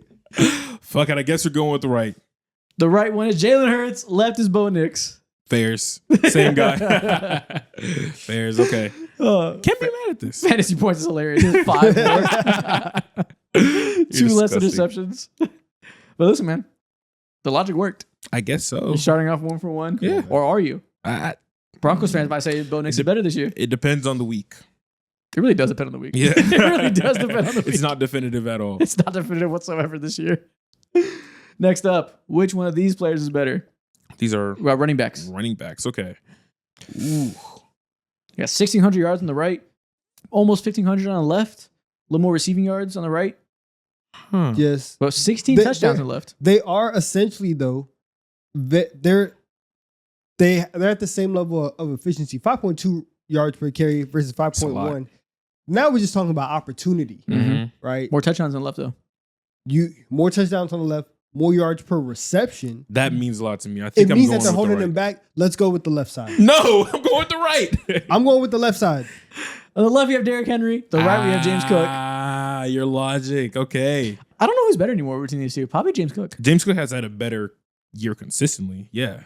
But honestly, for Derrick Henry, behind his bad offensive line, seemingly taking a step back, That's ridiculous. pretty damn good stat line. If you put Derrick, also, it's so funny because this is Derrick Henry's like down year. Yeah. It's crazy. 1,500 yards, 16 touchdowns. Just It's gone. crazy, man. And this is probably as watched as it's going to be for a while. Behind a struggling offensive line. Legend. Hall of Famer. First ballot. He's probably got 3 more years at this level in him. Damn. 3? Maybe 2. He's already taking a step back. He can't, like, behind the line of scrimmage, he's not real agile anymore. He needs a lane, and he's still doing this. He's probably going to book this for 2 more years. Yeah. All right. That's I hope so. impressive. That's crazy. Have him in man. Dynasty.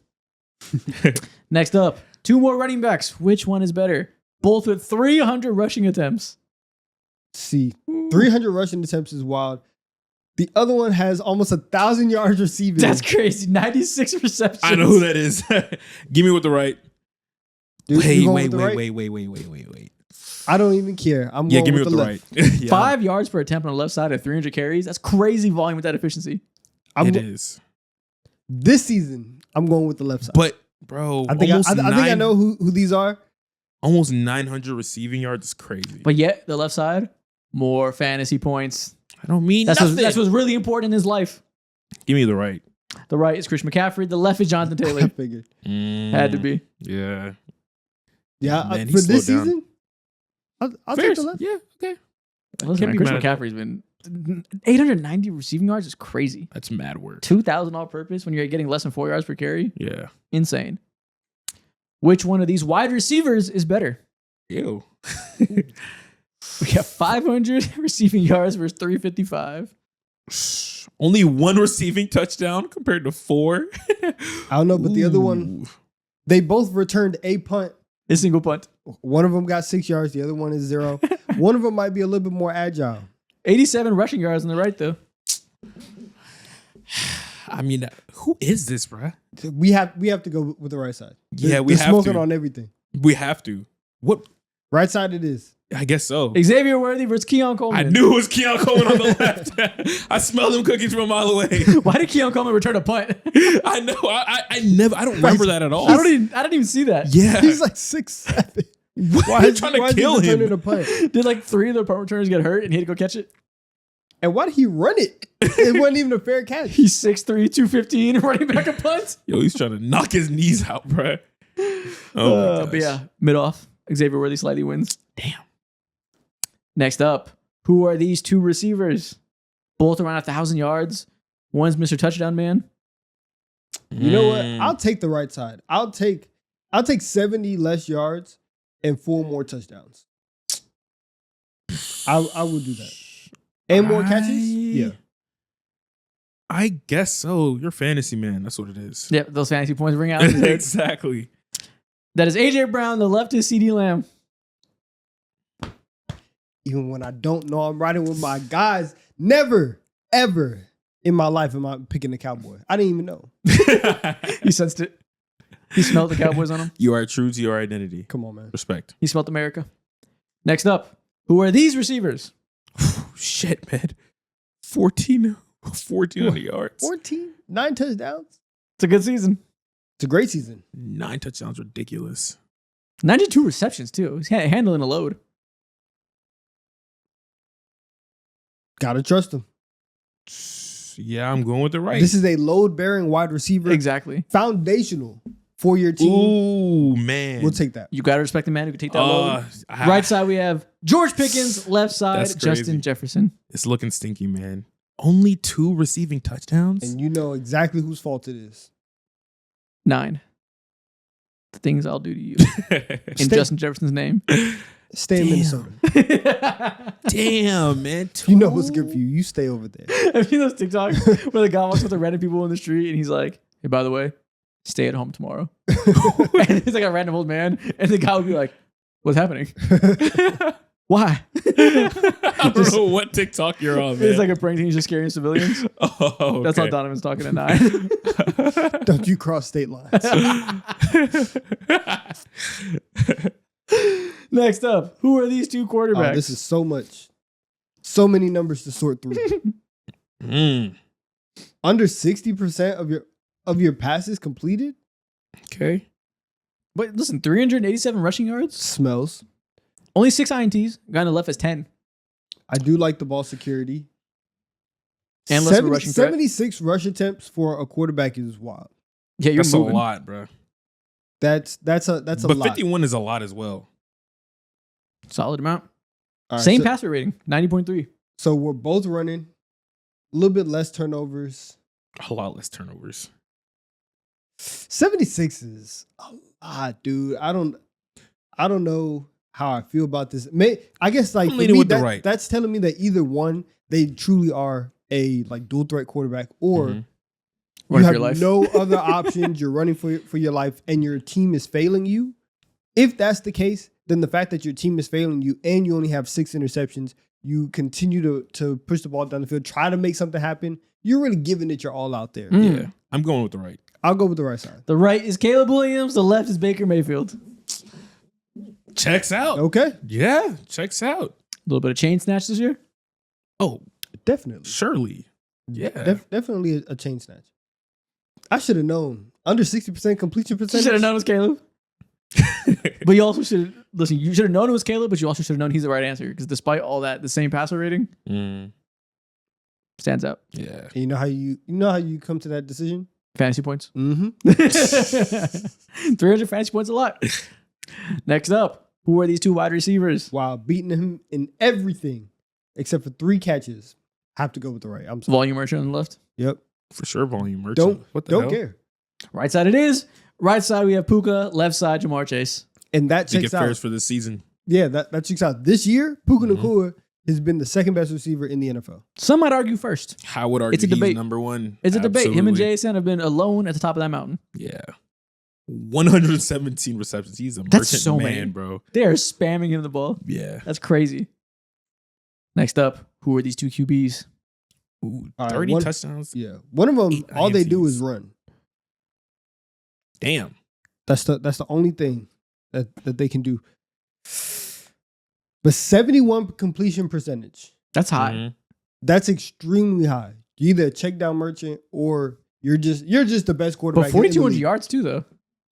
4,200 yards. Is, So you wow. are throwing it down the field. And he's not getting almost 9 yards INTs. an attempt. 30 TDs to 8 INTs. This guy That's sounds a like the lot, best. man. Yeah. I don't This- remember who this is. I have to go with the left. I'm going with the left. There's really no argument for the right. Left side is Drake May. Right side is Patrick Mahomes. That's all Pat had this year. Yeah. It's just them legs. 98 rushing attempts. Bro, Drake May does it all. I didn't know he had 98 Oh my rushing goodness. attempts, bro. The didn't more even- efficient, I more didn't even volume. realize that. Granted, Patrick Mahomes played a couple less games, but still. 100 rush attempts for Drake May. Still, that's 34 less rushing attempts. Dual threats. Yeah. Drake May's that guy. 422 rushing yards still is hilarious. I know he was That is moving so all year. crazy. 6.6 yards attempt for Mahomes is hilarious. He's a running back. That's so dumb, bro. Jeez. Next up, who are these two quarterbacks? All right, so the other one. Damn. So one of them, 17 interceptions? Damn. It's 19 TDs and 17 INTs. Might as well be blind. That's a horrible ratio. Whew. closing my eyes, I'm throwing it down there. Who is this? Who are like one of the worst quarterbacks in the league? 21-10 is respectable. 52 rush attempts. 30 more fantasy points. Oh wow. Sorry, you moved me. We'll go with Rushing the right. yards 200. Wow. Going with the right. We'll go with the right. Bryce Easily. Young versus Geno Smith. Oh yeah, he's blind. Yep. 79 INTs should have gave it away immediately. Damn, 17 is nut shit. He is. Fuck. It's been a bad year, man. It's been tough. Next up, who are these quarterbacks? 12 Wow, man. Oh, it got to be 9 on the left. Gotta be. Oh yeah. Oh, more interceptions than touchdowns? Yeah. 9. So we'll go with the right. The right Yeah. is Sam Darnold. The left is 9. Dude, what is your problem? Dude, Sam Darnold does not run at all. It's hilarious. 86 yards. It's crazy. Come on, man. Oh, it's 10% more completion percentage. Oh my God. No 117 fantasy points. Next up, who are these two QBs? Ooh. Once again, 11 passing touchdowns, 12 interceptions. Ooh. 9 passing touchdowns, 5 interceptions. You got benched early. They took you out quick. Okay. The worst quarterbacks in See, the league. I saw the rushing yards and I was like, could this be like Michael Penix? Then I see 174. Nah, he ain't moving like that. You know what? We will I'm go. going to go with the right. Yeah, we'll go with the right. Naturally, Zoom that is it Tyler off. Shuck. Left side is JJ McCarthy. It's 90. I That's completely hilarious. just didn't pay attention to the last time. Last one. Who are we looking at here? I have to go with the right. Of course, we're going with the right. I understand it hilarious. now. I'll go with the right. The right is Marcus Mariota. The left is 9. He's been so bad. Marcus Mariota. Marcus numbers. Mariota has better in basically everything. Damn. We can't let this slide. You're suspended. Conduct detrimental to the team. It would be so funny if teams started doing that. get benched. Instead of benching you, they suspend you. And don't pay you? That's bull, bro. Performance-based suspension. God, man. Next thing we're going to Wait, do. I mean, they do that. Next thing we're going to do. Yeah. Donovan put together a list of NFL names that are scrambled up. Mm-hmm. Me and Mo have to look at the names and try to guess who we're looking at. Try to decipher it. Okay. Sort of reverse spelling bee. I haven't played Scramble in a minute, bro. Played Scramble before? Yes. You used to play it all the time. All the lying. time. I'm lying. But I played it a couple times. So, first name up. Oh. I can only assume that's Josh. I wonder what the last part is. That's funny as hell. Who you think? Is this Josh Linnell? Yes. We got Josh Allen number first. Easy. Of course. That's a layup. Mr. Steinfeld. That's Josh funny Allen. as hell. Ooh, UTA. I know that company. Level That's how 2. I actually said his name before. Talagov. This is how they were saying it on broadcasting his rookie year. Really? Level 2 for media. This is Tua Tagovailoa. This looks like one of them countries over there, bro. In the back end. It does. On the back end. Yeah. This is correct. Okay. Ooh, level 3. What am I looking at in the first name? Yeah, this is. What am I looking at? Come on now. Let's lock in. Now I'm actually. Yeah, trying to now- go. now it's I'm getting trying to solve difficult. the first name. I can't even look at the second. Yeah, I didn't name. look at the second name yet. Bruh. Oh, Barry. Oh, Barry Sanders. Oh, okay. Cool. I thought it That was is- all current players. Yeah. No. Okay. It is all time. Okay, Okay. Barry Sanders. Sanders. Okay. Yeah. Okay. Cool. I was thinking current players. I was like, who's Robbie? Yeah. Robbie. Okay, Barry Sanders. That makes sense. Okay. Yo, the last name is hilarious. Larum, Rallum, Marl. What are we looking at? Where are we thinking? Larma, Ramla. This is Lamar Jackson. Oh, Lamar Jackson. Klarna. That is correct. Lamar Jackson. That's funny. Puka Nakua. Johnny, Puka gotta Puka. ask. I see that. Easy. That's incorrect. Yeah, okay. Sure thing, buddy. There's no other possible answer. Nah, it's Puka. Mm. Remember, I'm gonna give you the hint off top. I don't need the hint. Darrell Revis. There you go. You think I don't know my GOAT on first sight? You think I haven't seen this name a million times in my life and recognize it in any which My order? bad. You think I don't know my favorite player that got me into football? I was unfamiliar with your game. You kind were of gives it very away unfamiliar. the DAR. You think I don't remember yo. the 2009 Jets?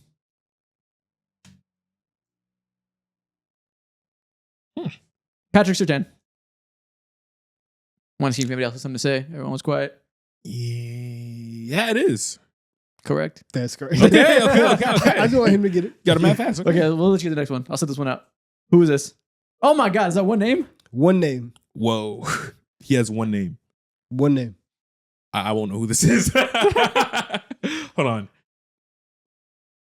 Is this a nickname or he legally has one name? No, it's a nickname. Okay. This literally looks like I'm at like an eye doctor telling me to read from far away. Still can't see, bro. One name. This is a lot going on Had here. to switch it up. Like he has just one name. He has his nickname is one name. Oh, okay. This is his nickname. Yep. Damn, what am I looking at, man? What am I looking at? There's so many letters. I'm trying to I like. feel like this is an IQ test and I'm failing. Y'all thought it was sweet. Yeah. Puka Nakua, I could get that really quick. I'm trying to see where the Figure out vowels one can word. lay in this name right now. That's Let just me trying see. to help me. Once again, all time. All-time nickname. All time nickname. This might be on the Mount Rushmore of nicknames. Oh, what the fuck am I looking at? The G is throwing me off. It's not like, it's not Prime Time. It's not Megatron. It's not Muscle Hamster. Oh, what am I looking at? It's not Booger. Mm-mm. Okay, what's the first letter? I need a hint. I'm never going to get this. H. H? Okay, starts with an H. Damn, what's the second letter? I'm giving away too much. Damn, I'm actually cooked. I'm This is terrible. starting to get stressed, man. Oh, you should be stressed. Hungry, hangry. Let's go. Where's the U? There is none. Henry. Would you guys like to admit defeat on this one? No. What's the last letter? It's only gonna I've be given E. you too much. It might might as well be be- defeat. What's the bookends? I've given you too much. Well, then I'm not gonna get it. What's the bookends? Give us a chance. R. Give us like what Last one's division a you R, playing? an R. Mm-hmm. Okay, starts Oh. with an H, ends with an R. Oh, I'm cooked. Okay. Ends with R? What letters? What words end with R? Not too many. So it's like a vowel. It's something like Gravedigger type thing. Mm. It's an action name. Wow. Is this something Yeah, I know? Do I have no know this idea. nickname? No, I promise you will know. Are we gonna be mad? No. Again, I'm telling you, it's on the Mount Rushmore of nicknames. Yeah, I'm cooked. I'm cooked. Start with an H, end with an R. Yep, it's not for me. I guess I lose. I can't think of anything. Who is this? This is the Honey Badger. Oh my God. I should have got that. I knew it was an I said it out loud and I still couldn't get to honey. I didn't even think about the Y being a part of the equation. Honey Badger. You know why? I wasn't associating honey badger as one word. That's not two words? I've always thought of it as one word. Isn't a honey badger a fucking animal? I think it's one word. I'm pretty sure it's Did he fuck two us? words. Let's do a quick little Google search. I'm pretty sure it's 2 words. Is it 2 words? But maybe you're right. No, I'm not 100% sure. I don't know. A honey badger is absolutely 2 words. I've been led astray. This loss is not on me. Players, it's not on you. It's the coaches. The judge ruined us. We did L not accept speller. defeats. Our only L was fraudulent. Damn. Nah, that's one word. You should have got it. You You should have got it. No, that's not on us. Okay. Oh, we have another one. Hmm. Okay, bounce back season. La Vichy soon. Sounds like the next What the GOAT fuck is Euro pass prospect. What are we looking at here? Wait, let's skip this one. I actually got messed up. Said it wrong? Yeah. Who is it supposed to be? This is supposed to be Calvin Johnson, Oh. but there's no J in here. Okay. That's the last one. That's funny as hell. Scuffed. He's noon. Next thing we're going to do, It's so funny. we're going to spin a wheel that I have pulled up here. And on this wheel, we have every NFL team that has some type of quarterback issues. Let's go. We're going to spin this wheel. Been dying to spin a wheel, man. You really do love using wheels. I'm going to spin this wheel. We're going to see what team it lands on. I want you to guess, or we're going to guess together, who their week 1 starting quarterback will be next season. Okay. So, first off, let's spin it. Whoosh. We got Carolina Panthers. It's got to be Bryce. Like, this is what, his 3rd season starting? He's earned another chance at it. So far, the best year that you've had, the best year that he's had, or whatever that means. He's gotten a little bit better every time. He deserves at least a 4th year at it. Yeah, there was a moment. Had we did this 8 weeks ago, Ooh. we could have had a lot more discourse, but he has 100% solidified his spot for next year. Okay. Second spin. Who do we got? Oakland Raiders. Who's going to be their starting quarterback next year? Shit, it might be me, man. I don't know. They have a top pick. I don't think they... I don't think they go quarterback at the top. No, they They got have to. to. They got can't. to. Why? I wouldn't do it. They have to. You just saw what happened when you drafted a rookie at the top and set him up with absolutely nothing. I don't think doing that for a second straight year, even if it is at quarterback, You know what? would be smart. He can sit behind Geno Smith for 1 year. I think I'm going to go out there and say I think Fernando Mendoza goes 1, so I think they're going to get Dante Moore if he stays in the draft. That's my prediction. Dante Moore. That's your week 1 starter next year. Or maybe it's Geno Smith again, but Dante Moore is his backup. Week 1 starter, I will say Geno Smith just because they traded a pretty good amount to go get Geno, gave him a contract. Week 1 starter, Geno Smith. Week 8 starter, Dante Moore. Okay. Geno. Next up, spin this wheel. We got Los Angeles Rams. Does Stafford retire? Does he go out? Did they win the Super Bowl and he goes out on top saying I'm going to Disneyland? Ooh. Yes and no. He retires. They don't go out on top. Joe Burrow. Unnecessary hating. For what? He literally asked the question and gave 2 scenarios. I just answered his question, and I'm saying no. I'm saying You could have said Who's yes. the quarterback? right? the NBA fan fiction. It comes true. Joe Burrow is the quarterback for the Los Okay. Angeles Nah, Rams. man. So you not only do you think he'll request a trade, you think they'll grant him that trade, and you'll think the Rams are the team that does it. Yes, There's a lot that has They're to go gonna right have for to the get- scenario. The Rams have to give up a lot for Joe Burrow. and they will. If you have this roster, those receivers, and you put Joe Burrow in there, that's a Super Bowl caliber team. I'll say Stafford gives it one more go, and he comes back next year for his last year and he does a retirement tour. So I'll say Stafford week 1. Retirement tour. Yeah, he'll do one more year. He'll announce it before the season starts. This is my last year. They don't really do that in the NFL like that, Yeah. but I think he'll do it. No, I think this is last year. You think he retires this summer? Yeah, it's over for him. Over for him. Miami Dolphins. It might be Quinn Ewers. Do they give Quinn Ewers a chance? I'm going with Quinn. So, You think they give him a full year? I think week 1. I think week 1 Quinn is the starter. I think they probably sound like Malik Willis or something too, and it's a competition. But maybe they give Quinn the starting nod. Maybe they give him a chance. Malik's getting a bag elsewhere. Okay, won't be here. Yeah. So you think they just run back Tua and Quinn and just start Quinn? I think so. Yeah, that's probably the smartest thing. Why stress yourself? shit show over there. Oh, my 7th round pick. Yep, that's the answer. We'll see though. He got it. He could do some things. Maybe. It's on my dynasty team. I hope so. Minnesota Vikings. Do they give 9 one more chance? You have to. I do think week 1, 9 will be the starter. Week 8 will 9 be the starter. No. Because he's going to be hurt. Probably. Yeah, but I don't think that you can pick a quarterback that high in the first round and give him 1 year. No matter how bad he is, he has to get the second year just for process sake. Yeah. Week 1 starter, Anthony Richardson. Hell no. That's so Anthony bad. Richardson. There's no way the Colts are letting him go with Daniel Jones. The Colts give up on him. He doesn't fit Shane Steichen. Kevin O'Connell is going to say, I can fix him. Day before draft trade, they trade him for a 5th round pick. You know what? Forget KOC. That's a Miami Dolphin right there. Oh, no, he does not fit what the Miami Dolphins want to do. Good God, From the man, top what are rope. you talking about? From the top. Right?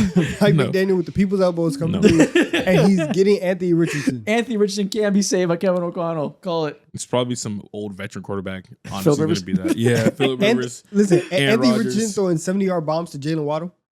Or Yeah, yeah, you're Panthers dreaming. run it again. You are I'm dreaming. tell you, Justin Jefferson is to go from JJ McCarthy to Anthony Richardson. We got Indianapolis Colts. Speaking of Now, this might be Malik Willis. And that, Malik Willis, are they gonna Yeah. do one? Mac well, Jones. actually, no. Mac Jones. That's my pick for them. Yep, they're Mm. gonna trade for Mac Jones. They're gonna do something. They don't believe in Anthony Richardson. I don't think Riley Leonard is a starting quarterback. Maybe he is. It's gonna be Mac Jones with Riley Leonard for the job. Okay. Okay. Unless maybe Philip Rivers has one more go in him for a full year. Hell no. Hell no. He'd break his fucking hip. You can't need that insurance that bad, man. Next up, Pittsburgh Steelers. Malik Willis, welcome to the Pittsburgh We're just throwing Steelers. Malik everywhere. Okay. Welcome to the Steelers. And now that I think about it, Malik is either going to be a Steeler or he's going to be an Oakland Raider. Okay, one of those two. You don't think Aaron Rodgers is gonna convince himself to do one more year of this? I think he could. I think he would. Look at his eyes. He's tired.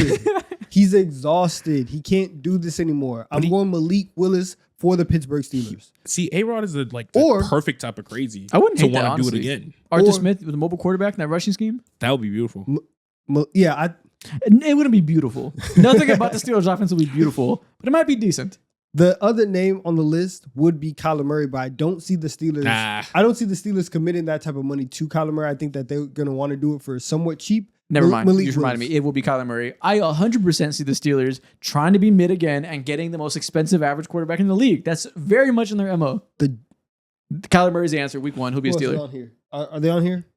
They are. There's one team on here that I'm putting Kyler Murray on. No, Kyler Murray, Okay. you will be a Steeler.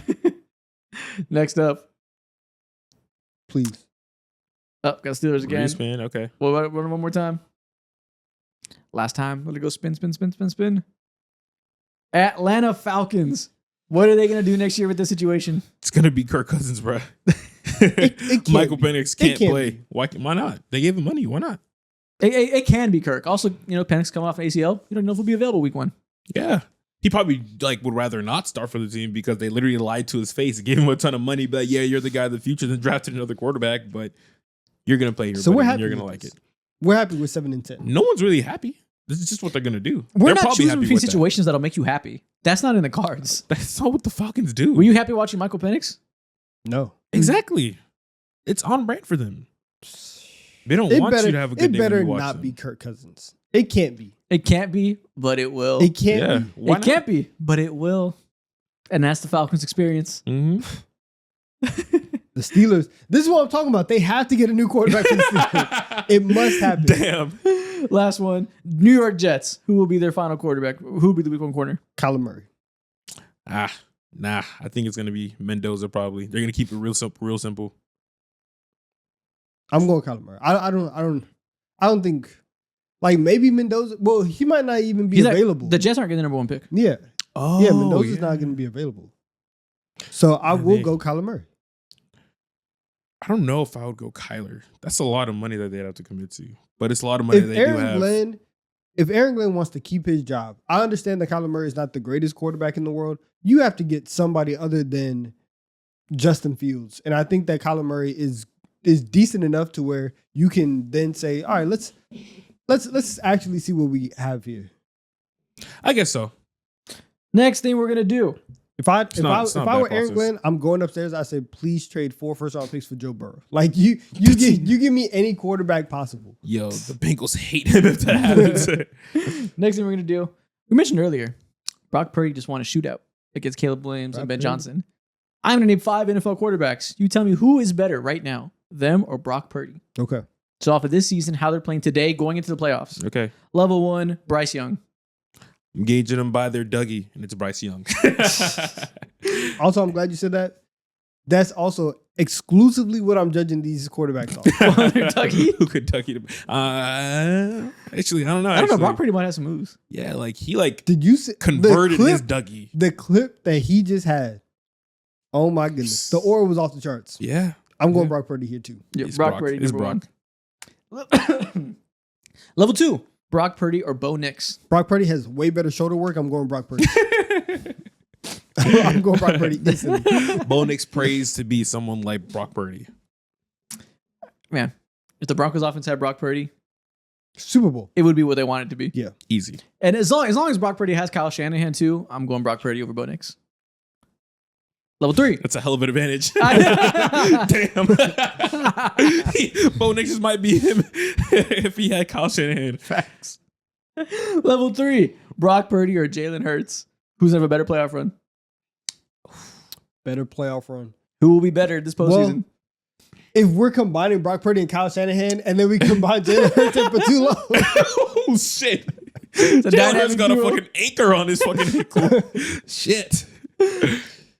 Yeah, that's Brock. What are we doing? So aside from that, though, I think Brock Purdy's probably in similar skill set level to Jalen Hurts. I don't think it's crazy to say you think Brock Purdy's better, and it's hard to say that because he has Shanahan. But no, but he's also just been playing well. Like I think right now it wouldn't be crazy if you said that Brock Purdy was playing better than Jalen Hurts. I think Brock Purdy probably accesses the middle field a little bit better. He's also mobile, can make things happen with his legs, can pull a read option. Like there's really no reason other than he's a champion to pick Hurts. I agree. It's definitely Brock. Other than Yeah, like in the past, like like for this year, there's no reason. Yeah. Damn. What's the reason? the reason for what? No, he picked Purdy. Oh, okay. I actually didn't, but it's okay. Would your team be better right now if you replaced Jalen Hurts or Brock Purdy? Would you win more games? No. Yeah, with Patullo, yeah. Patullo, yeah, the anchor sinks everybody. There's only like 3 quarterbacks who can like succumb that level of like Justin Herbert. tank. Yeah. Level 4, You're not lying. Brock Purdy or Baker Mayfield. Right now, Brock Purdy. Yeah. Brock Purdy smokes him right now. Yeah. But the level Baker's been playing at, obviously we've seen levels when Baker's playing closer to a top 10 player. Right now he's been like closer to a top 20 quarterback the second half of this year. Yeah, the decision making is just not there right now at all. And I don't think that we can overstate again the fact that the aura from the Dougie this past week, he snatched Baker Mayfield's chain as the swaggiest white boy in the league. And we've seen Baker Mayfield have some moves. He has a catalog of I moves know. actually, so it's tough. But think about the old days. They are the old days. He's out of his prime right now. It's Brock Purdy's right. time. Level 5, Matthew Stafford. And this is weird. Then you want to talk about Dougie. Matthew Stafford cannot do a Dougie to save his life. He could barely hula hoop at this point. But he can still throw no-look passes. I'll take Matthew Stafford. Yeah, he Yeah, can still that's throw some Matthew fucking touchdowns. Last thing we're going to do. We're going to play NFL Who Am I? You guys know how this works. We're going to put these bands on our forehead, and we are going to get a player, and we are going to try to guess who our player is before the others do. Ooh. So, real simple game. Bands. I just remember his doesn't connect. No, it actually does connect. I lied. This video has a hat on, doesn't connect. Yeah. See? Yeah, he's no hat today. Oh, there. Moron. Fucking idiot. So we're gonna draw a player, put it on your forehead, close your eyes. Don't look at the TV screen because you know it's on there. Okay. Hand him over that. Okay. And I think there's a mix of current and past players in this box. All right. Is it facing the right way? It is. Perfect. Yours is sideways, Donovan. Upside down. L. You don't know what a body shape like? You said sideways. You're good now. You had him in hell. I don't like you. Okay. NFL, who am I?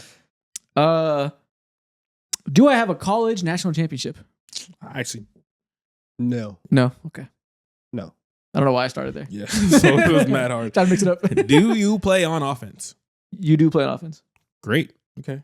Do I have an offensive skill position player? You do have an offensive skill position player. Okay. Okay. Do I have a position that makes tackles? No. No. Okay. Nope. Is my guy a Hall of Famer? Probably. I don't know. Potentially, he's on track, but On track. on track, but we still need to see some more. Okay. Story's not written, but he's on track. Yeah. He plays today. 2-1. Fair. It's also like you could have just retired. You don't know because there's a 5-year window until you can be Hall of Fame eligible. So just so you know for the future, that doesn't guarantee you have a current player. Nah. All right. Does my player cat? I see. That's a bad question. Does my player cat? You're almost there. Turnover. You're almost locked in. I know, almost turnover. It's the tuck rule. Yeah. I brought it back. Does my player get carries for a living? Yes. Okay. Okay. Is my player a Caucasian male? No. No, Damn. not at all. Okay. So, is my player a wide receiver? Just keep it simple. Your player is not a wide receiver. Damn. Okay. Fuck. Is my player darker than me? No, you can act like it. Not quite. Not quite. Yeah. Nah. Okay. Yeah, I wouldn't say so.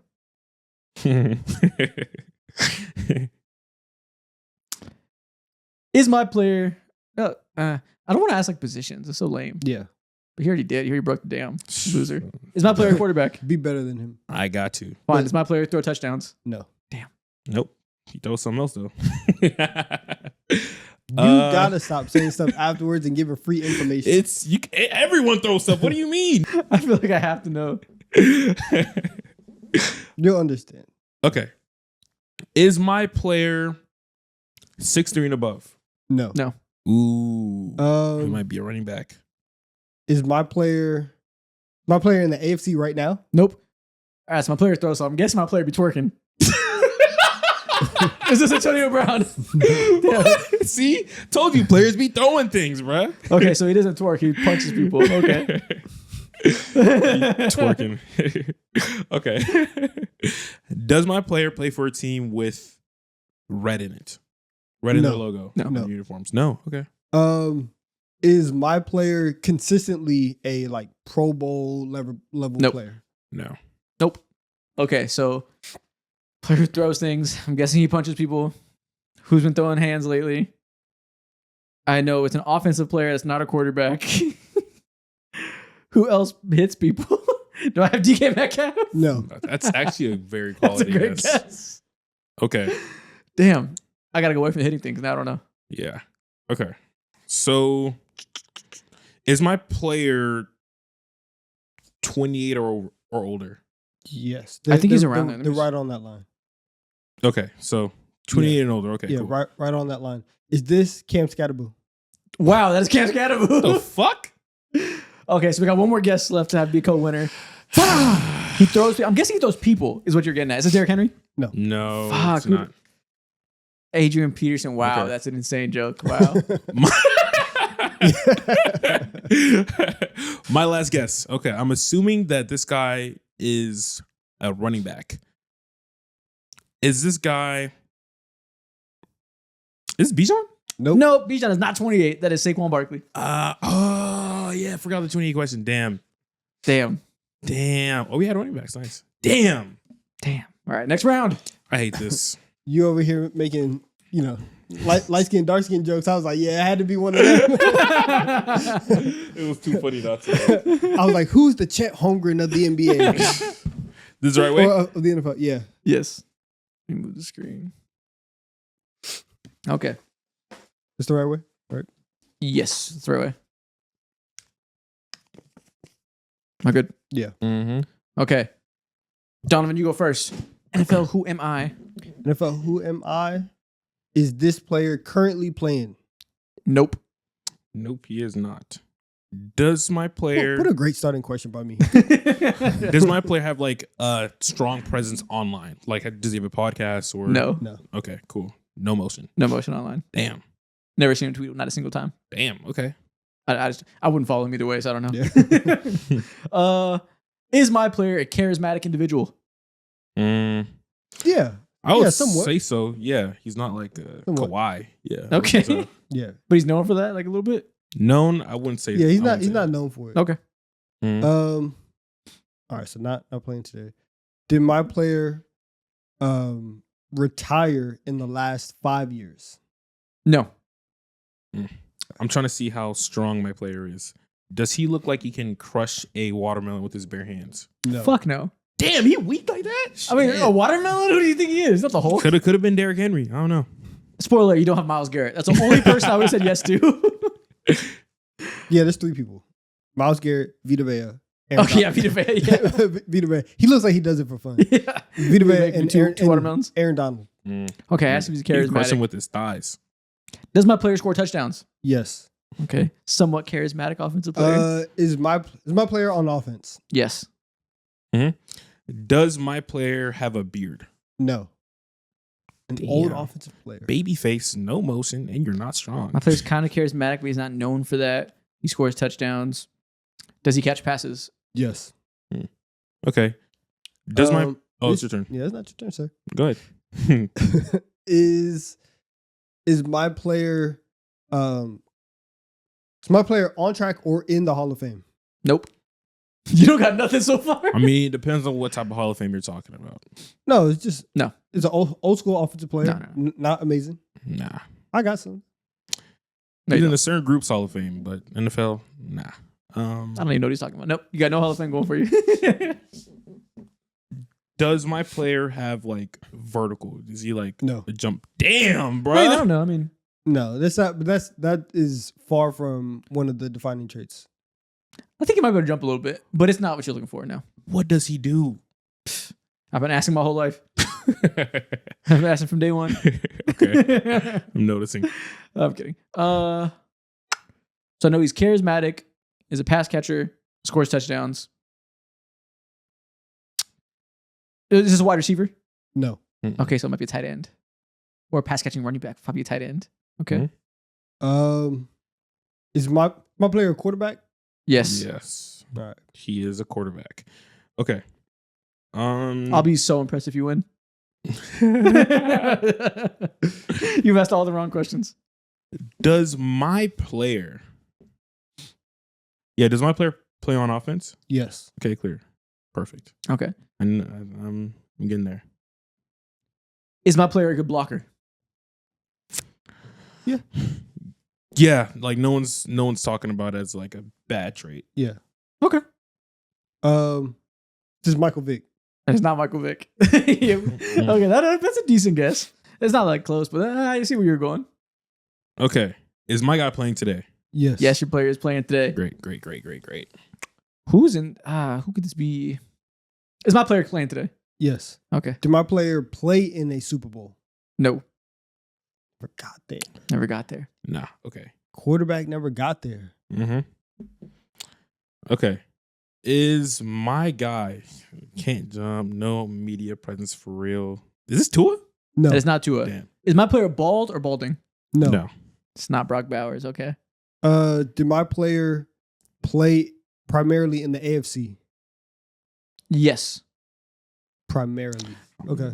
Yeah. Primarily, yes, I think so. Yeah. You would most associate him with the AFC team. Yeah. Okay. That's fair to say. Okay. Has my player been to a Super Bowl? No. Damn. Yo, what does he do? He don't win. He Wow, don't who do I jump. He's got? not strong. So my guy's a decent blocker. He's No not motion? balding. Is my player tight end? No. Mm-mm. So give me a running back. You said decent blocking. That's such a dishonest answer. I mean, it's honest. No, it's not. You can't block. He's a running back.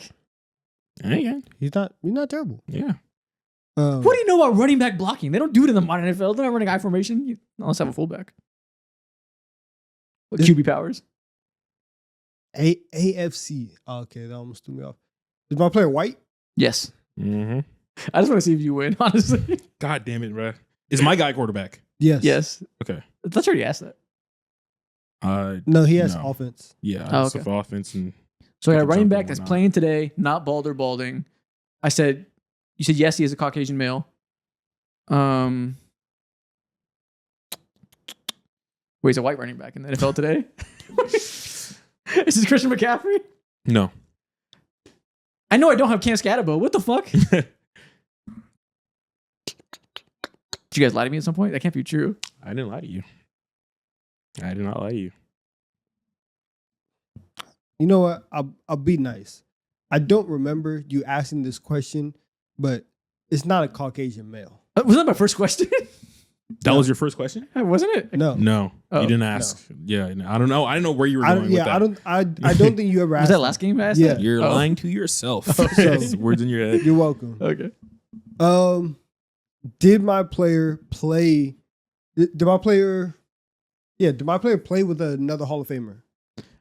There's so many at some point. Probably. Probably. Okay. so hard. I'll condense it. Did my player play with a Hall of Fame wide receiver? No. I don't believe so. Okay. Not notably. If he's on the same roster, I can't remember, but Yeah. not notably. Mm. So he was just with guys. He was just Yeah. there. He was definitely there with guys. just throwing the ball around. Yeah. There's nothing else to do. You're right. Okay. Is this 9? That is not 9. Damn. Is this guy a top 10 leading rusher in the NFL this year? Yes. Yeah. Is this Ryan Fitzpatrick? No. It's a good. That's a funny guess. It's not a bad guess at all. Okay. It's not 9. This guy, he got no motion at all. Who are like one of the more like quarterbacks in the league? Oh, it's Jalen Hurts. No, it's not Jalen Fuck, Hurts. bruh. It's a good guess. That's a great guess, though. You trying to name bums? That's a great guess. This is Bijan Robinson. Yes. Let's go. He is charismatic. That makes sense. Yeah. Yeah. Yeah, he's fairly. I think he's a little known for charisma, though. I didn't. I wouldn't say so. Teetering. Yeah. Yeah. It's on the line. Last guess. Who do you think you have? Oh my. You're kind of goodness. close. Oh my goodness. I have Matt Ryan. No, No, you, because I messed up. you got Johnny Manziel. Yeah. I'm never gonna. You're never gonna get that. Michael Vick was a decent pull, but nope. That was never gonna happen. Who do you think you got? Bo Nix. You got Bo Nix. Damn. Yeah, co-winner. Fuck. You got the white Jalen Hurts. Okay. Woo. I hate this That took too guy. long. And that's the end of this episode. If people are still here, what should they comment? Bo Comment- Nix. I hate Johnny Manziel. Bo Nix, get your cloud up, please. There you go. And we'll see y'all next week.